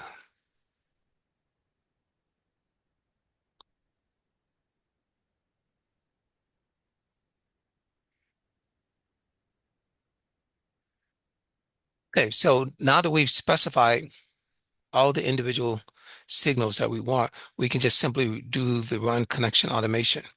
So rather than us individually dropping down a core and then connecting these signals to the core, that's one of the great features here is that this can be built in. We can say run connection automation, tell it that we want to connect all of these. So it identifies all the individual signals that we just highlighted. And we say, okay, we want you to do a connection automation for each one of these. We click OK.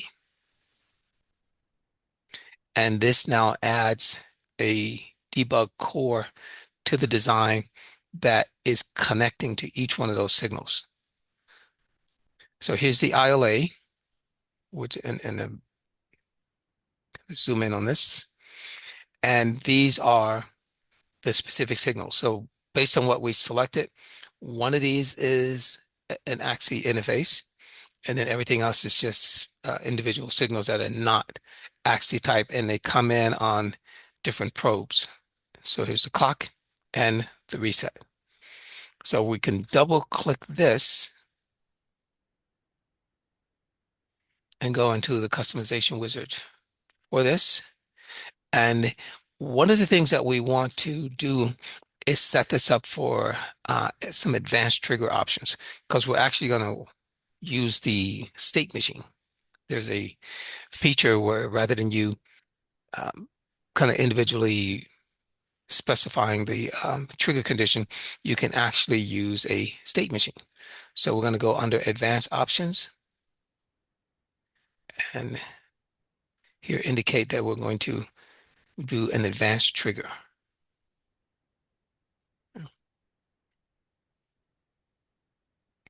And we're also, for the sake of timing, we're going to add a couple of pipeline stages to this. And those pipeline stages exist between the logic that you're looking at and then the data capture register, which is block RAM. And you do that in situations where you have any high-speed design. And when you build these debug cores, you're actually creating logic. It becomes part of the netlist. It becomes part of the physical design. And to have it sometimes have the least impact on your overall placement route, you want to give the tool a lot of flexibility because you can still capture value at a particular time because what you're doing is you're looking at a snapshot. So adding these pipeline stages means that it's easier for the tool to be able to capture that data, place the actual block RAM and the slice logic that's associated with this debug core in such a way that it doesn't have to try to meet the higher timing of the design itself. Basically, it's like you're creating a multi-cycle or a pipeline data path. So that just eases the timing quite a bit. So we'll click on OK. We'll let all that generate, and then we will validate the design.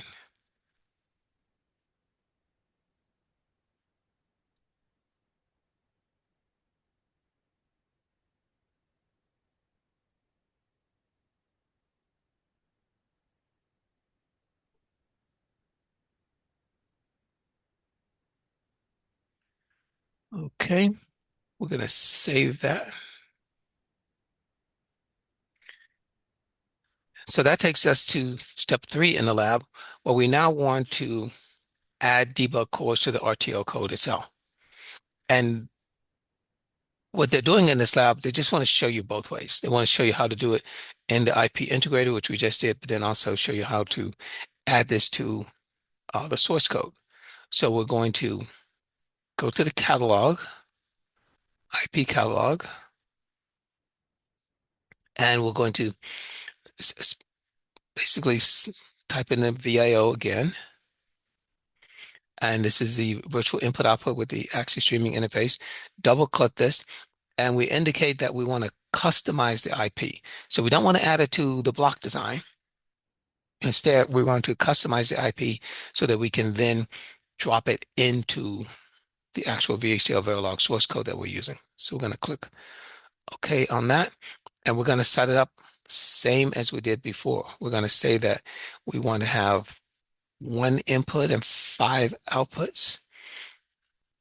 The input is going to be 32-bit wide, and of the 5 different outputs, everything is 1 bit wide except for the the 5th output. So we're creating an exact mirror image of what we did in the IP integrator, except that this one is just going to be instantiated into the actual HDL code. So we're going to click OK. And now we need to generate these output products.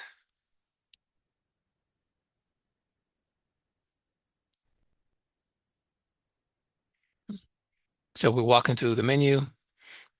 We need to click OK to generate.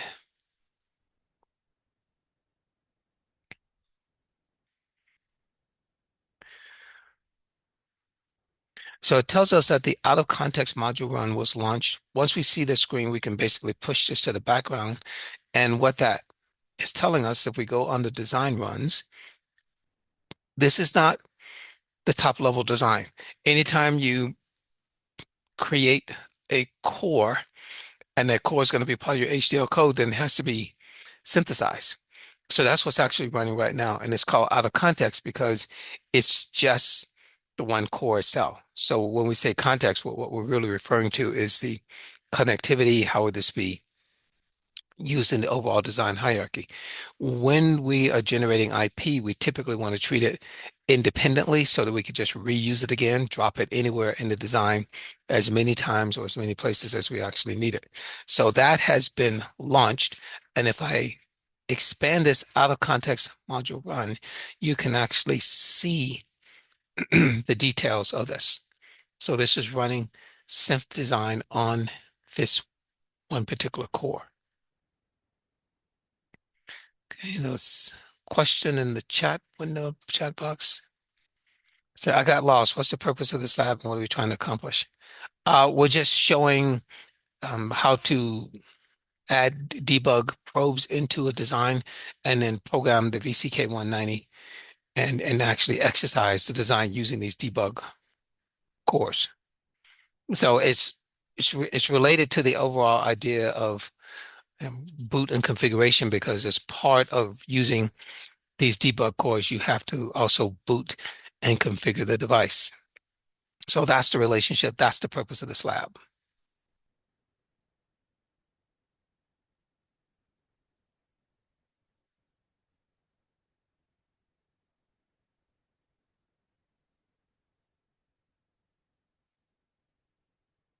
Okay, so that is completed. Now we need to actually instantiate this core. So we've generated the core. Now we need to actually add it to the design. So we're going to go up to our source code under hierarchy, select the RTL block, double click, opens this up, and notice that there are already some declarations here. And what we're going to do is take the um, the component that we just created and actually instantiate it into this design. It's already done for us. We don't have to go to a lot of typing, which if you've seen me type, that's a really good thing. So we can take this bit of code, right click, and just say toggle align comments. And so now this is actually instantiating the core that we just created and then connecting it to the signals in the design. Okay.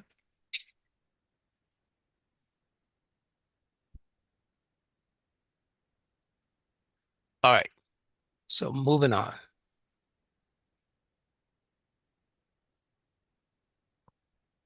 The next thing they tell us to do is to do reports and to report IP status because we're actually changing the IP in this case. And if anything needed to be updated, then we could indicate that here, but everything is up to date, so we don't have to do that operation. We're now ready to run synthesis. So when we do synthesis, this is now looking at the top level design. So we say save the project. Yes. Um, some module references are out of date. So we'll just say refresh and then launch and then start the process.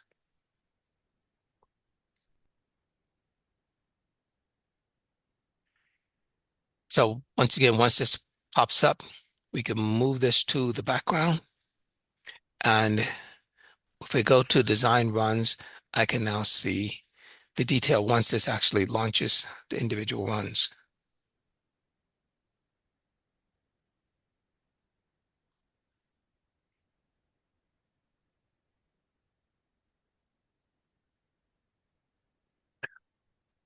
So they tell us in the lab guide that this will take about 10 to 12 minutes to complete. I think that's very, very true. When I ran this exercise earlier, it was at least that much time. So we're actually going to take a bit of a break. We're going to come back and we have another compilation once we actually take this to implementation, because anytime you want to um, actually use the ILA or the in-circuit programming debugging, then you have to take the design through place and route, which we haven't done that yet, and that will also take some time to compile. So for right now, we can see that if I expand this, there are different portions of this that need to be done. We've got different modules. Obviously, not a whole lot going on in this design, but still, you got the clock wizard, you've got the DDS compiler, the BRAM controller, you've got the a lot of individual things that are now being synthesized as part of the larger design. So again, this will take a moment. So we're going to step away. We will be back here, let's say about maybe, I think probably conservatively, we should say about 10 minutes from now. When we come back in 10 minutes, we'll at least be toward the end of this process. So that will be 47 past the hour. Okay. All right. Enjoy your break. See you here at 47 past the hour. This should be pretty close to done by then.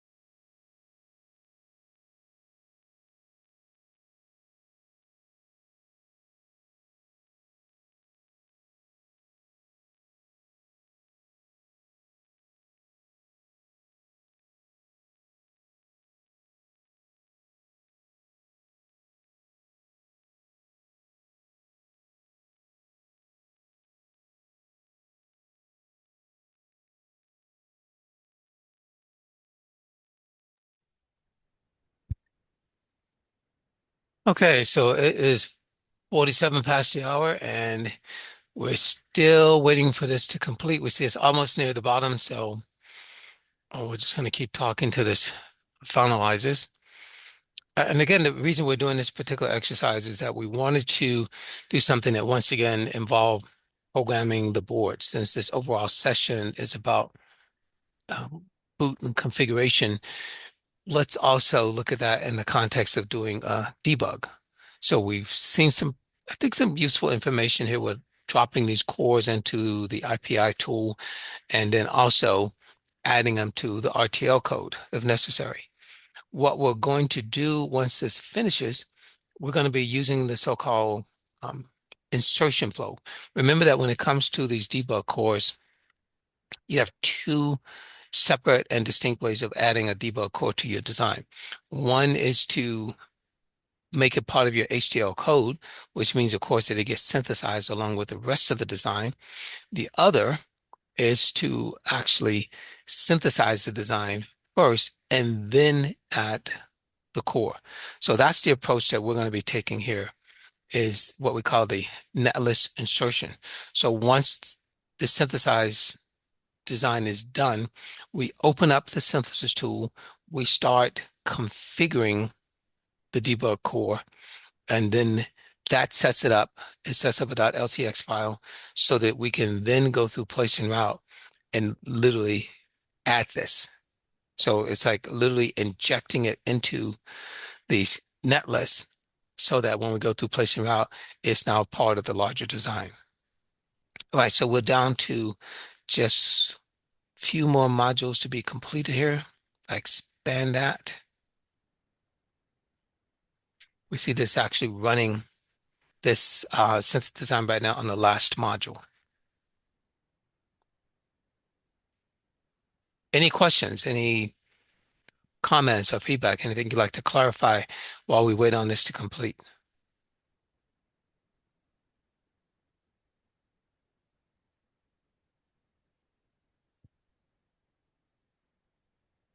Okay. All right, then this will be done momentarily, and we will then move to step 3-4 in the lab, which is to open up the synthesized design and then go to the setup debug feature.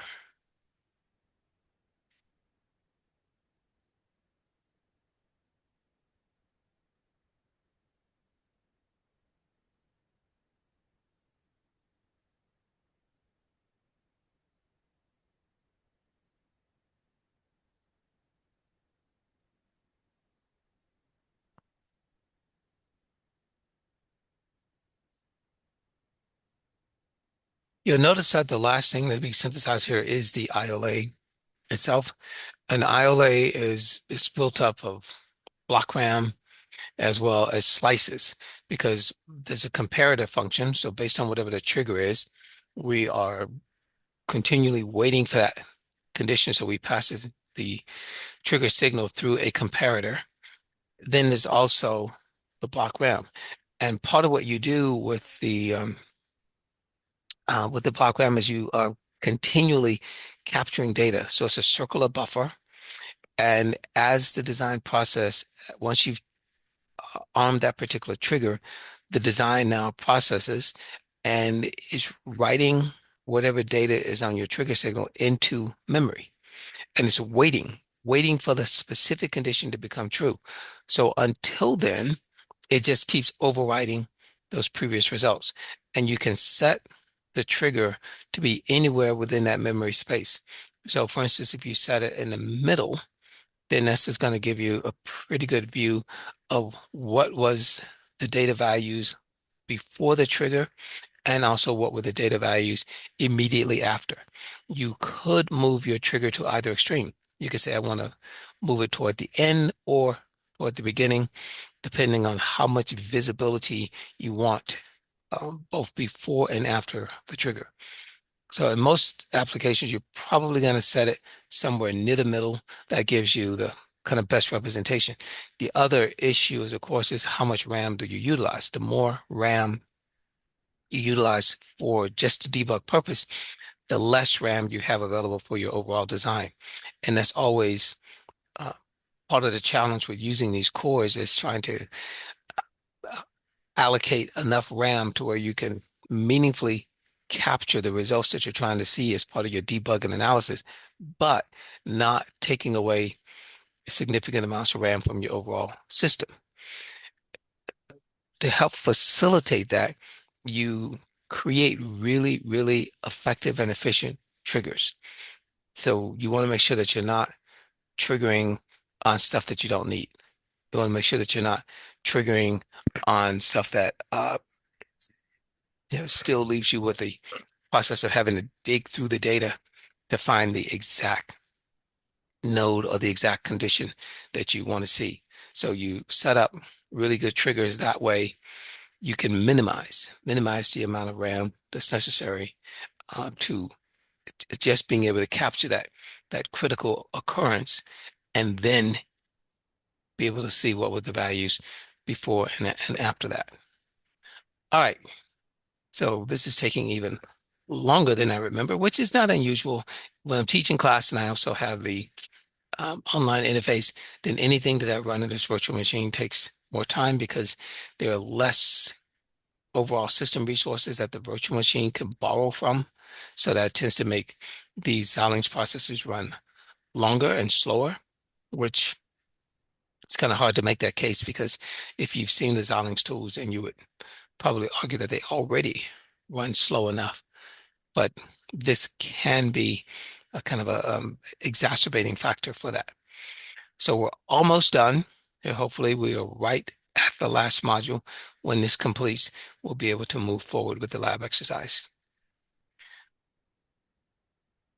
Obviously, I didn't do a really great job of estimating. I had us go away for what, 10 minutes, and that was to 10:47.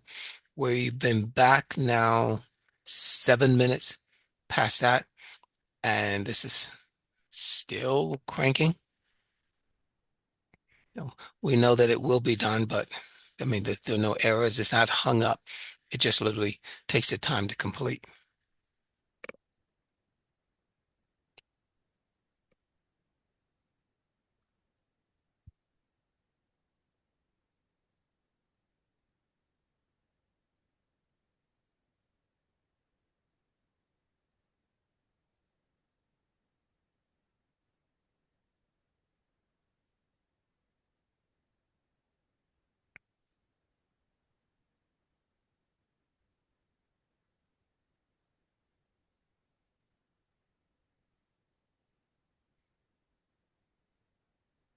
So as we get closer to 57 past the hour, it looks like the total amount of time that this is going to take is going to be about 20 minutes in this environment. Again, the instruction said anywhere from 10 to 12. I knew it was longer than that when I just walked through the exercise. But again, also being online, also having that portion of the memory and resources being taken up just makes this worse. So I'm hoping at this point, I'm really kind of desperately hoping that um, 20 minutes will be the will be the absolute max that this will finish at or around the 10:57 mark. Cannot guarantee that, of course, but hoping. So let's all hope together.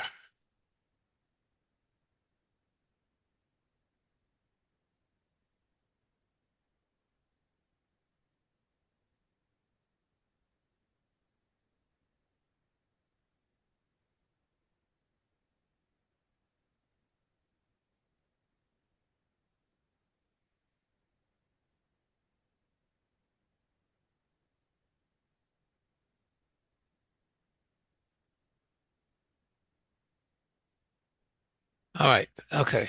So this has finally completed. So the individual submodules now, now it can actually run synthesis on the top level design, but since the top level design really just contains all these low level modules that individually got compiled, running the top level stuff should be fairly straightforward. But all the individual out of context lower level module runs have now been completed. So now you can see that it's running the top level design, which shows the connectivity between these different submodules.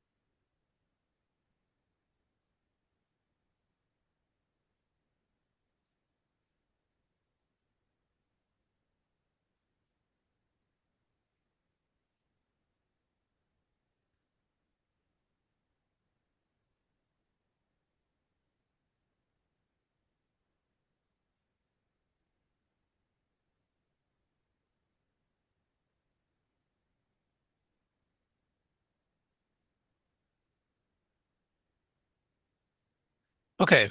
All right. So this is now completed and we're going to open up the synthesized design. When you type that command, by the way, what happens is that in Vivado, everything is running in memory. Everything is in the database. So when a particular process completes, if we want to be able to see those results, then we open up the design, which basically means just writing from memory to disk.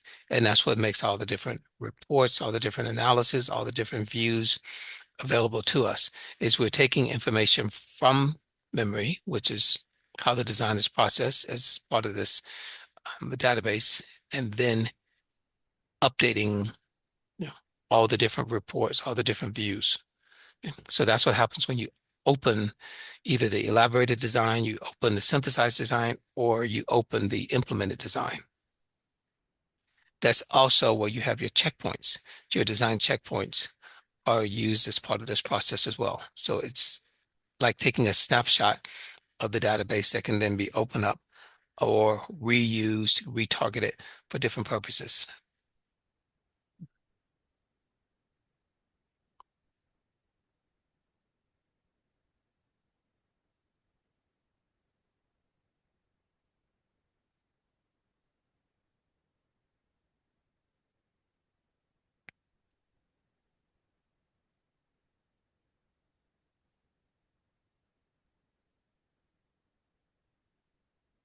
All right, so when we see this message get down to the last part where it's loading the actual device view, if we would open up the device view right now, everything would, of course, still be empty, but we'd have the opportunity to do some floor planning at this point. But we typically don't want to do that, not on a, not at this stage, unless you're doing something like partial reconfiguration, where you have to identify specific subsections and you have to add those constraints. So if you were doing that, yeah, then this would be the time, this would be the stage to do that. So now we are going to take the design in its current state and we move this menu over and we want to set up debug. So this brings us to the debug wizard. We're going to click on next. And now we're finding nets. We're finding specific nets that we want to add to um, the particular debug probe. So we're going to do this by clicking on find nets to add. And we can just do this search, SCLR, that the name contains this string. So this returns everything that matches that. And we are looking in specifically for this design one RTL block. So that's the version of this particular net that we want. We'll click OK, and then we're going to do the same thing. We're going to just kind of keep walking through this process, find these other nets, which is pretty easy because the menu comes up each time we say, like in this case, the second one is L, click OK, everything matching that. And we're looking always at this specific instantiation of the RTL block. So we'll click OK on that. Do the same thing for the clock enable.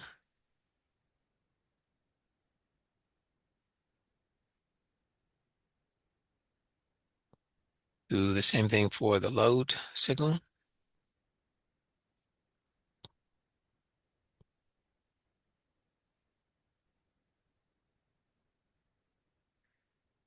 And the up-down control.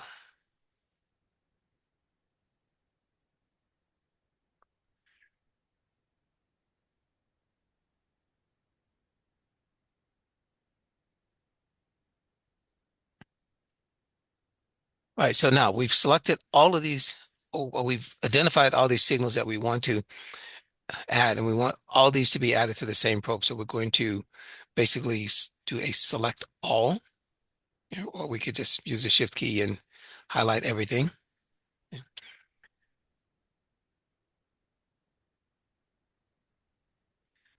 Having selected all the nets, we can go to next. And this is where we start to figure out, well, what's the target for this going to be? Like in this case, BRAM, how many samples do we want? Do we want to add any pipeline stages to this? So we're going to basically just leave all this at the default. We're going to go to next, get to the summary screen, click finish.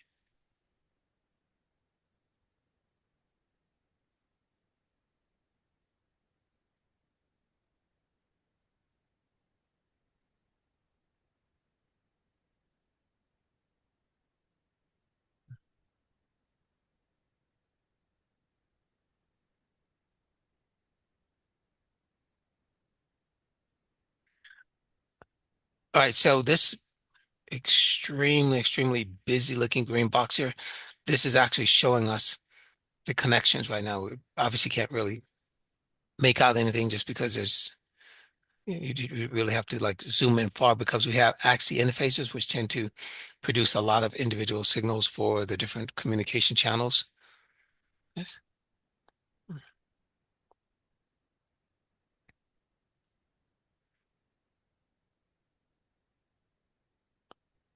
So when I click on save to save the constraints,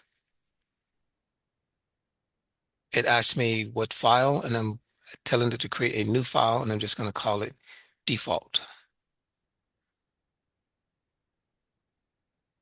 Click OK. So this creates the .xtc file with that name. And now that's everything that I needed to do. So I can close the synthesized design, and now I can actually generate the PDI and then program the device. And the file that got created in this last step, if we actually go back here, let me actually close the synthesized design.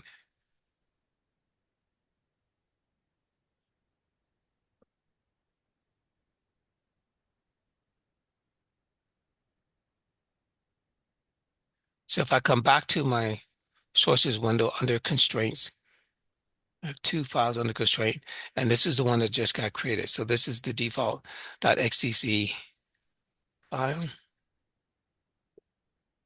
which this is now my target.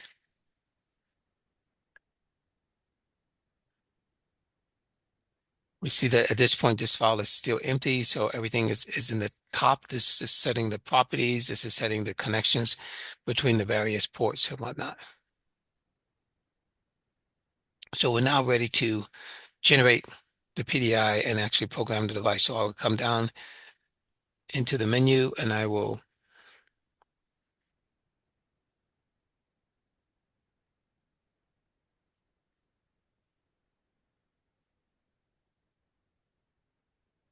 some labs actually give you like a completed folder so that you don't have to go through the time that it takes to actually compile this. This particular exercise does not. So I'm going to come here. I'm going to say generate the device image. It says synthesis is out of date. Let it update that. Click next and then just run.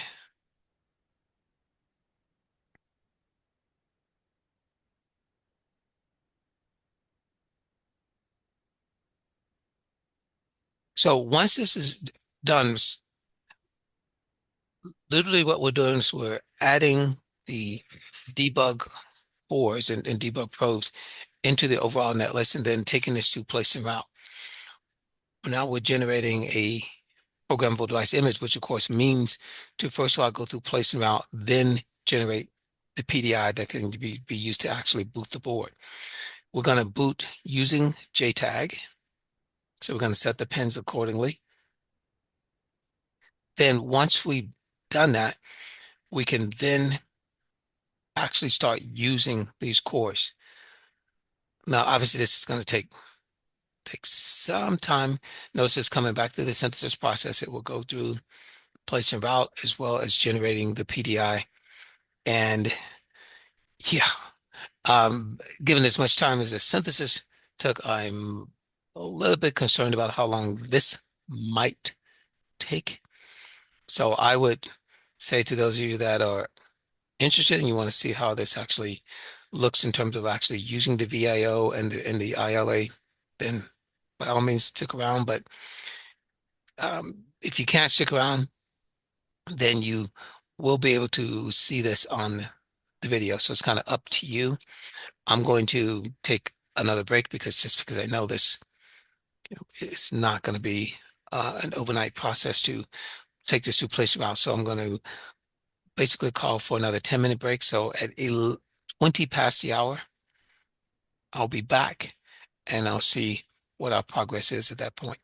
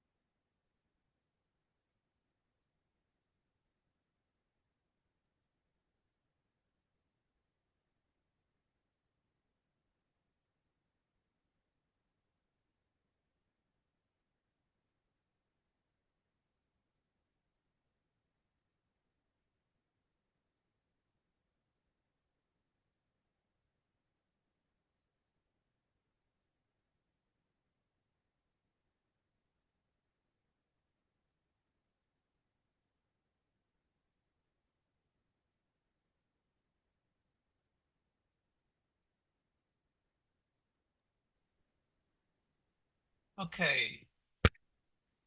All right, it is 20 past the hour and we are back. And as you can see, this is still cranking away and actually at a fairly early stage, which is op design, which that suggests to me that this is really not going to be quite as practical as I thought it would be. It's just taking a lot longer to compile than it otherwise would. So what I'm going to suggest is that those of you that are in the audience right now, that you watch the video of this because I'm going to continue through the process myself, and I will walk through the individual steps, and I will then download the video. But I'm going to edit the video to where I just cut out all this time. Kind of like the same thing that happens when you look at AMD videos where they're showing you certain tool features and they compiled, and what do you know, 10 seconds later, they're looking at the results of that. Well, they never actually say we've edited this video for time, but that's what's happening. And in this case, I'm going to do that as well, simply because, again, this is still at op design. We haven't gone through place design, haven't gone through route design, haven't actually generated the device image yet. So I think all those steps together, uh, you know, this might stretch out for upwards of 30 to 45 minutes. And that definitely takes us past the time that we want to spend online together. So I will complete it. I will walk through the individual steps. I will download the video. I will edit the video, remove all these long compile times. So you can see now that actually it finally moved from op design to place design. But again, it's just way too much time. So all the discussion we're having right now, that will go away. And what you'll actually see on the video is I start to compile, and then 30 seconds later, I have a finished result. All right, so there's a question. What I wanted to know is strings that it search in the boot type, as you explained.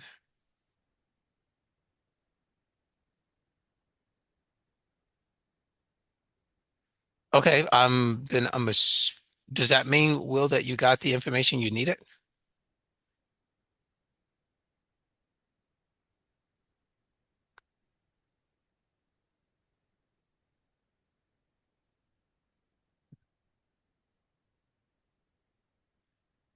Okay. All right. Okay, sounds good.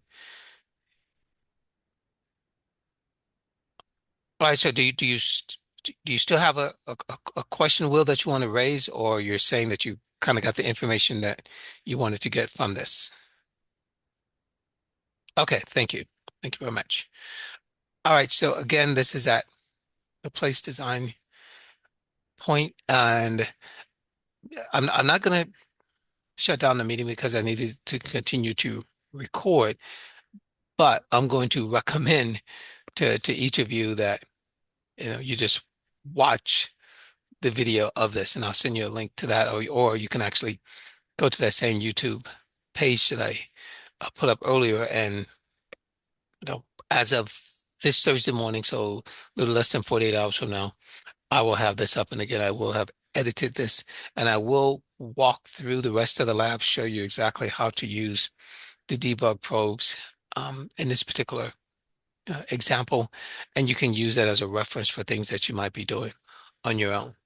So with that, I'm going to kind of say goodbye to everyone. If you want to stay engaged, um, do so, because I will be talking once this is finished, because I'm basically in the mode right now where I'm going to create the video to be uploaded. Just how long that will take between now and me being able to get started on that, I cannot predict, and I don't want to have you just you know, sitting there waiting for that process. So it's up to you.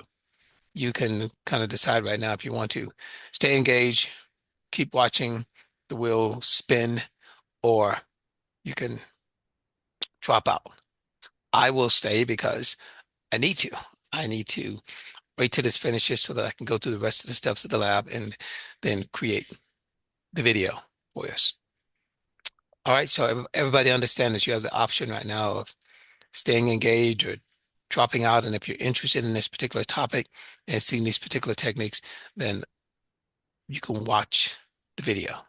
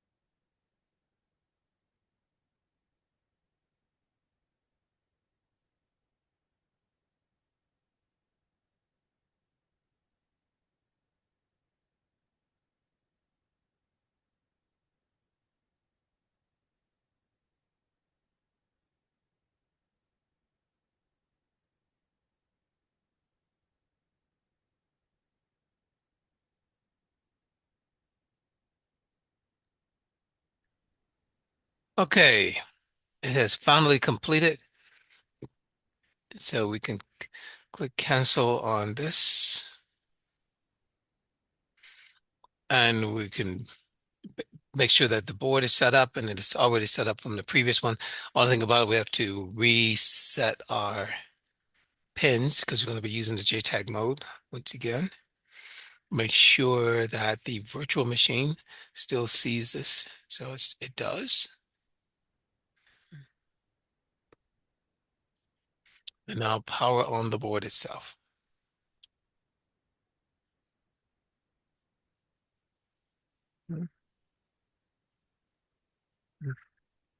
So with the board powered up, we can determine exactly which COM port is going to be used. So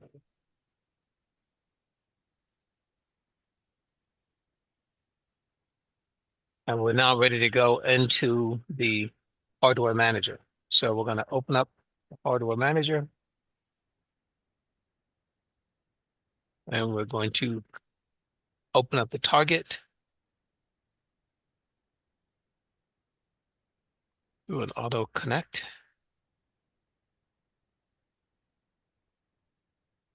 And you'll notice when this comes up that it actually sees the device as well as the debug cores.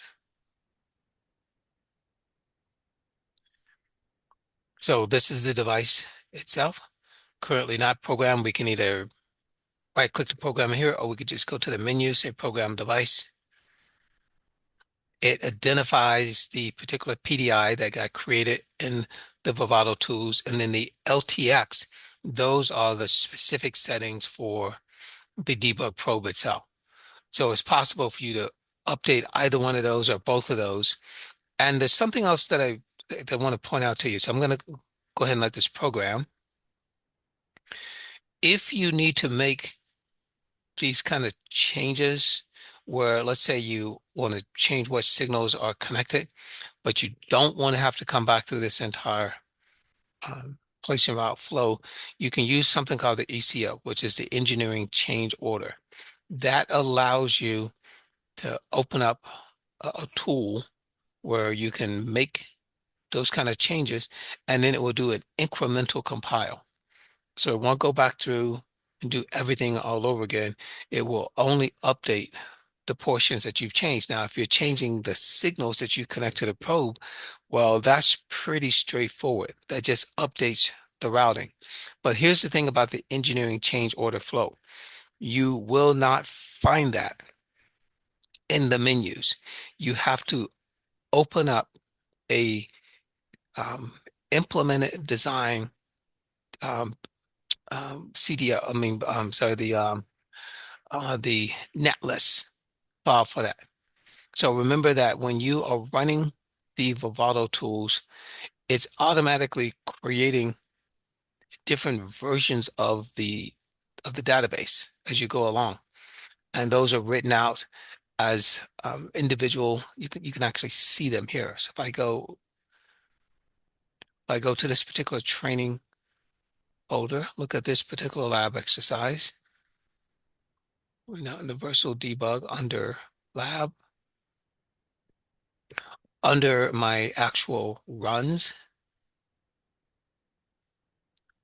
under the implementation. So there are DCP files that get written out.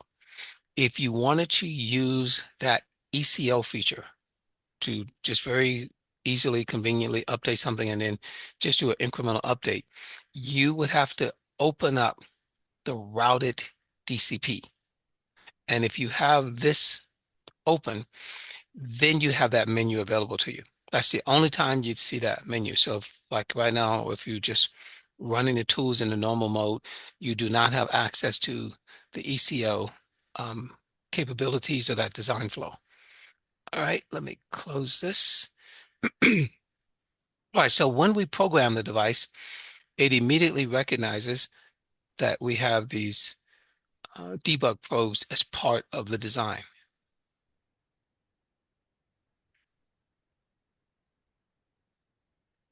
So if we expand this, we can see the different modules. There are like a DDR memory controllers, none of which are being used in this particular design.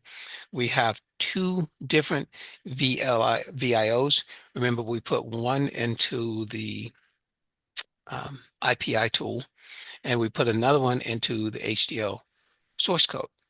And we also did an ILA and made that part of the actual source code as well. So the first thing we're going to do here in step 5 is to use the Axis Streaming VIO to control this counter. So we do this by selecting the VIO here, and basically we can kind of we could double click this, and then if we drag this over, this will make all those signals available to us. What's kind of odd in the lab is that they say like, hey, the counter is already running, but it's not already running because the count enable is tied low.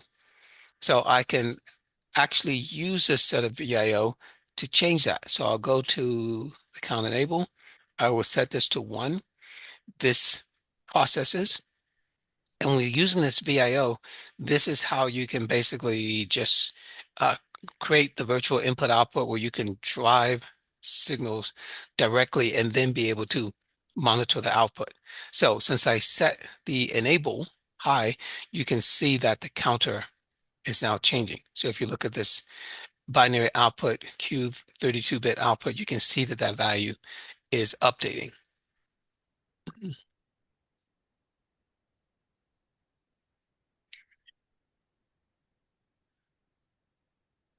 So they want us to kind of test the other features. So we're going to basically load this. So I'm going to take the load signal high. And of course, the way the source code is written, this is now the count suspends because it's going to load the specific value. And the value that we're actually going to load is just 1, 2, 3, 4, A, B, C, D. When I do that, you can see that this is the value that appears on the actual counter. So because we're loading it, when I continue the count, it will start counting from this point. So now I will deassert load. So we'll go back to our regular count mode, and it starts counting from this loaded value. So all that to just show that the VIO works. We connect those signals to the counter that's in the design, and and we're using this to actually control the counter as part of a debug effort. But I have two different VIOs. So when I bring up this hardware VIO, I can also grab this second one, bring it into the design. Yeah, I could put it onto a different. This one can also be used to control it. So once again, the clock enable is low. If I take this high, then it starts counting.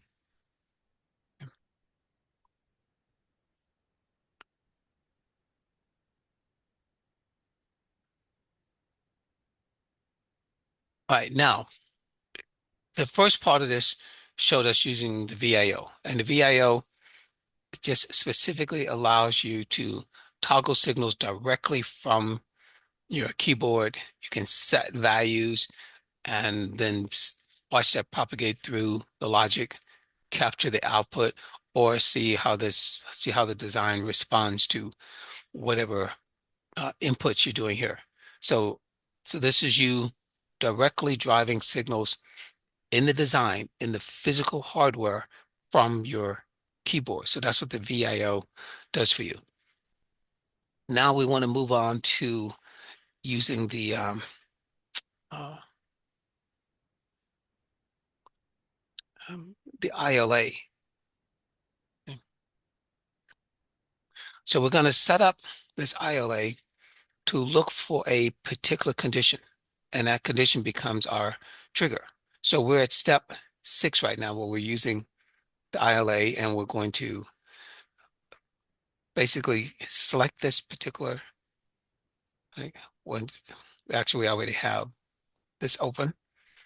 And so what we want to do now is set the specific trigger condition. So this is looking at the ILA core. We're going to set the trigger condition, and we're going to do this around the output. So we're going to set up a trigger that looks at the output of the counter, and we want to test for a particular value. So we're going to identify this particular signal, which is the design one RTL counter, um, oh, the binary counter binary output Q, this particular signal. Let me move my windows over so we can have a little bit more detail for what we're doing. And we're just basically going to test for equivalency. So the operator is equal to, and the format is hex, and then we specify exactly what value. And we just are looking for this sequence: 1, 2, 3, 4, 5, 6, 7, 8.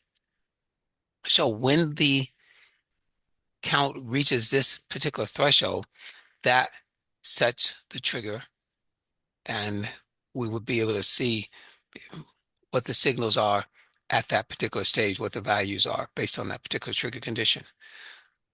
So once we've done this, once we set that, we now just run it. So if you run it, you basically are arming that particular ILA based on the trigger condition that you just specified. And I can either run it from here or I can run it from here. Either way, click on either place. So what's happening right now? The design is running. We know the design is already running in the background, and we've set the trigger condition for the ILA. It's looking at the output of the counter and is waiting for this exact condition. When the count is equal to this value, that's when the trigger will occur, and that information will then be written out to the window. And we can see this signal, we can see other signals. Um, so now let me zoom in on this so we can have a little bit more clarity about this. So this T represents the trigger point. And you can see that this is set right in the middle of the window. So there's equal amounts of data on before and after the trigger. So I'm just going to kind of keep.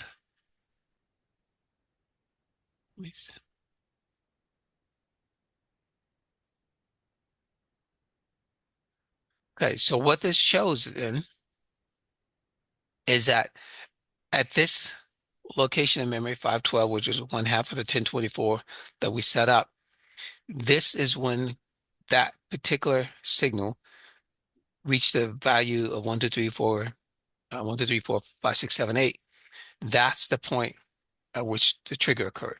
And of course, this is just a simple remedial example, but that's how you would basically arm and use any trigger. You would set the specific condition, and when that condition becomes true, then the data that's in block RAM gets piped out, and you can view that data here and then be able to do, actual in-circuit debugging and analysis as a result. Okay. Okay, now the last part of this, we're going to arm the ILA with the trigger state machine. And what that's going to allow us to do is to create a much more sophisticated capture scenario.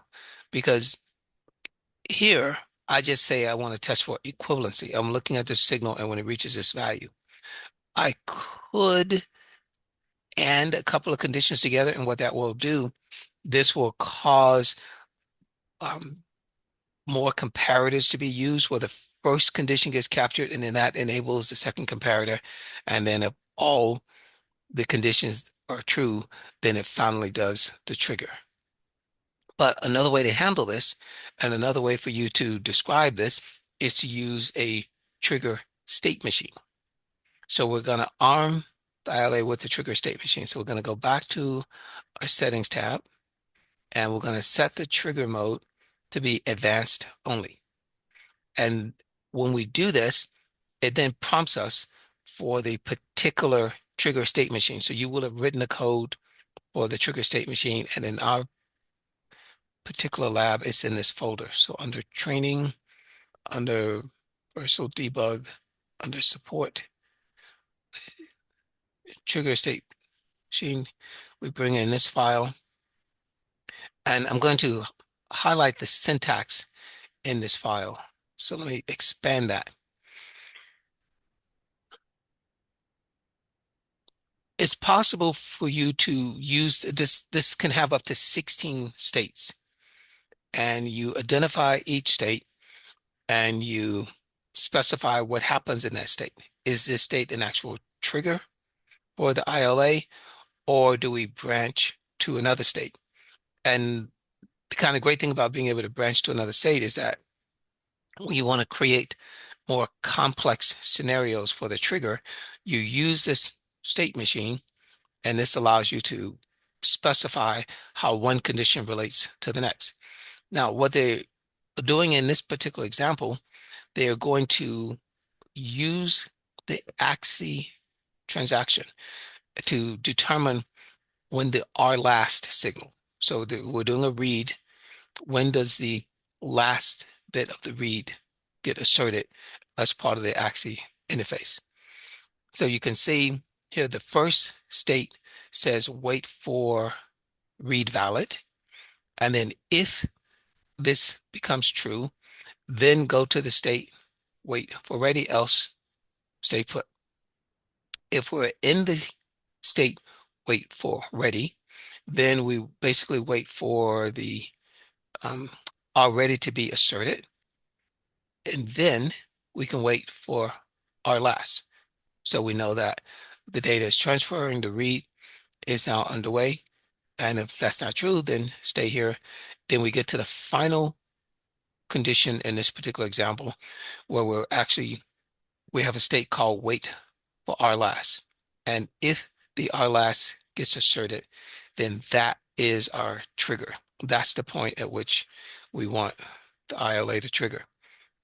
So you can create some really interesting, really sophisticated trigger scenarios by using this state machine, but you have to put the tool in the advanced trigger mode.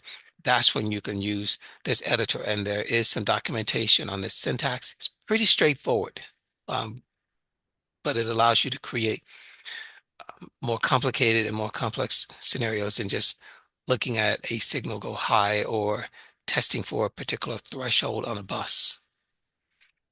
All right, so let me minimize this.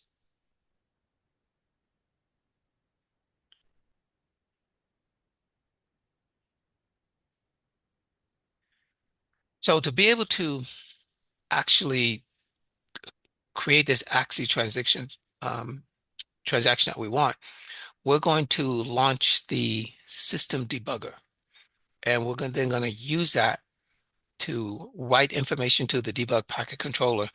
And so basically what we're going to do is we're going to manufacture a read operation, because we don't have that in the original design. The original design basically right now is the counter running. So for us to be able to see that this trigger condition becomes true, we need to manufacture a read operation. So we're going to bring up the debug interface. So we're going to bring up a terminal window.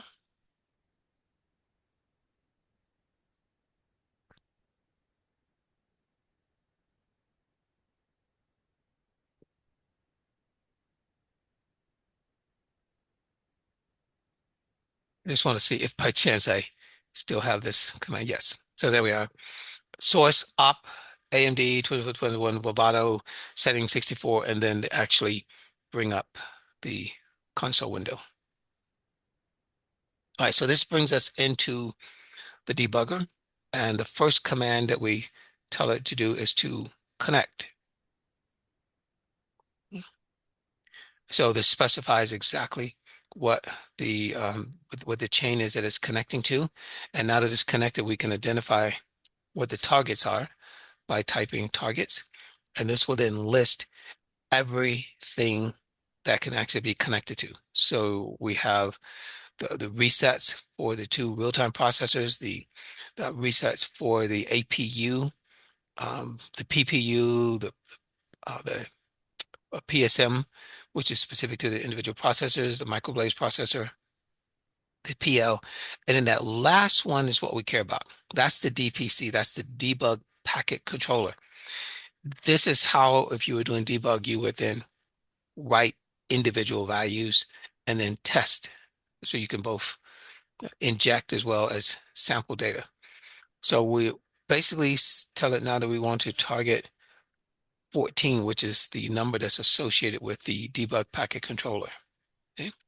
And if we run this target command again, you can see that there's an asterisk next to that, which means that this is currently our target. We are now going to actually create a write. So we're going to do a memory write command, and we're just going to take this location in memory,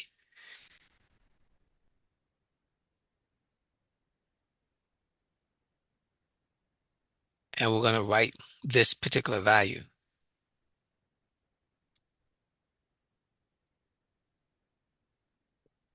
Now, how do they just arbitrarily choose that location in memory? Well, obviously, it's not arbitrary. That is the location of the memory. That's the first location in memory uh, from the DDR controller. And we can actually verify that very quickly if we open up the block design. So if I come to the menu, say open block design,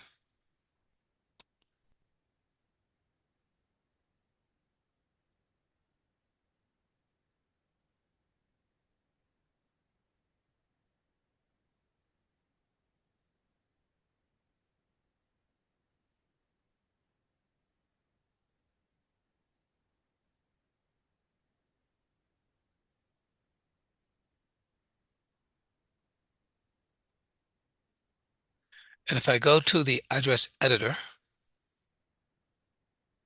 you can see that for the BRAM controller, this is the starting address for writing data to that memory.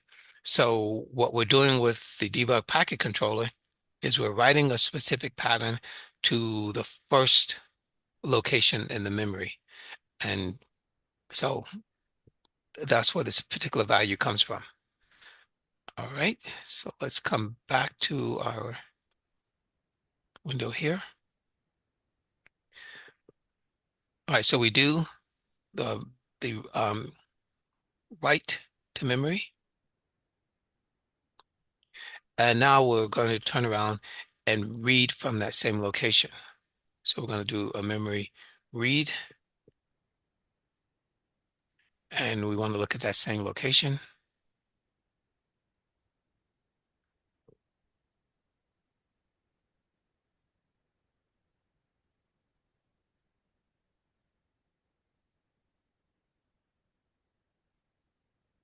And you can see that it actually returns the content. So those are the specific contents that we wrote to that location. So having manufactured that operation, that actually satisfies the requirement for for the state machine. So if we come back to our waveform, let's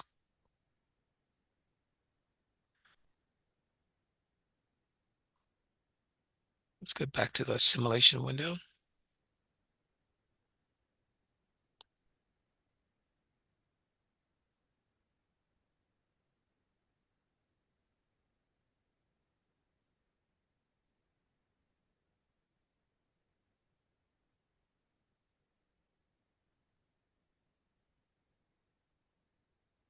So I just want to get back to the debug core. Let's get back to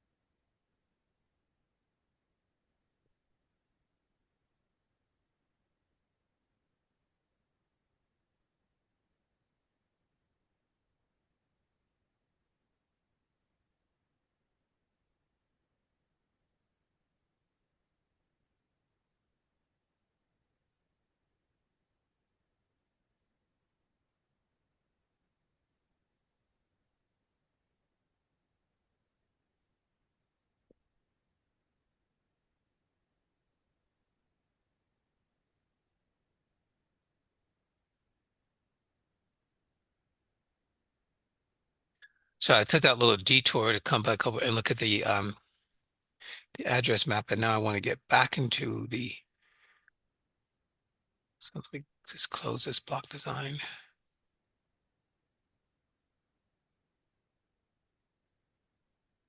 Okay, there we go. That it opened up on top of what I wanted to see. So we've set this core, and now what I didn't do was to arm it. So I set up the trigger condition, and now I need to actually run this.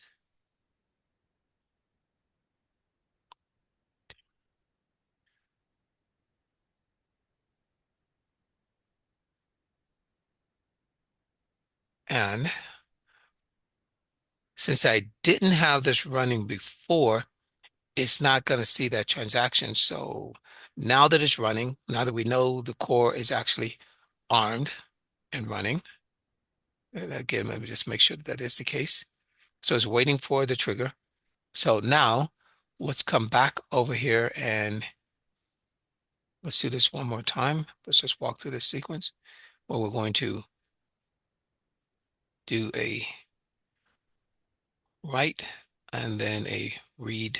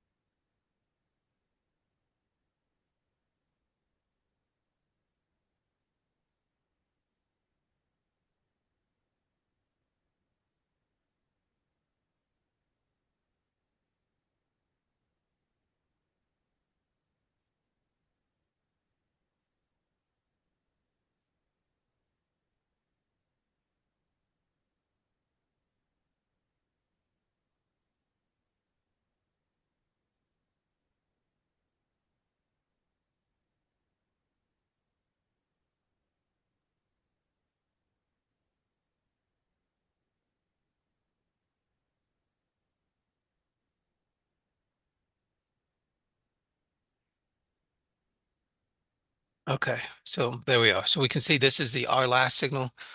This is the point at which it goes high based on the transaction. So this is where the trigger occurs. Okay.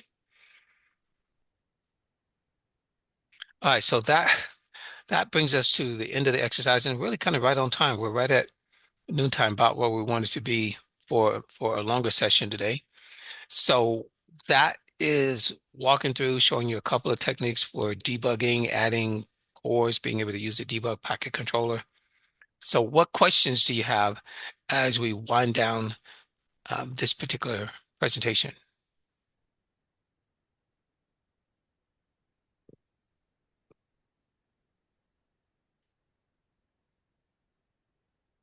Okay. All right. If there's nothing else, then again, thank you very much for your time. I appreciate you being here. Appreciate you hanging in there to the end of this. And again, if you want to review this, you can see the video, which I will edit and put up online between now and Thursday. I will also send everyone a link to the documentation and the source files. But remember that this particular exercise actually used a script to do the initial setup. So if you wanted to kind of recreate all that on your own, open up the IP integrator and just drop in those cores and make that connectivity, you can. But otherwise, you spend a ton of time trying to edit the script to run in your particular environment. All right. Either way, thank you. Thank you again for being here. Hopefully, this has been informational and worthwhile for you. Please enjoy the rest of your day.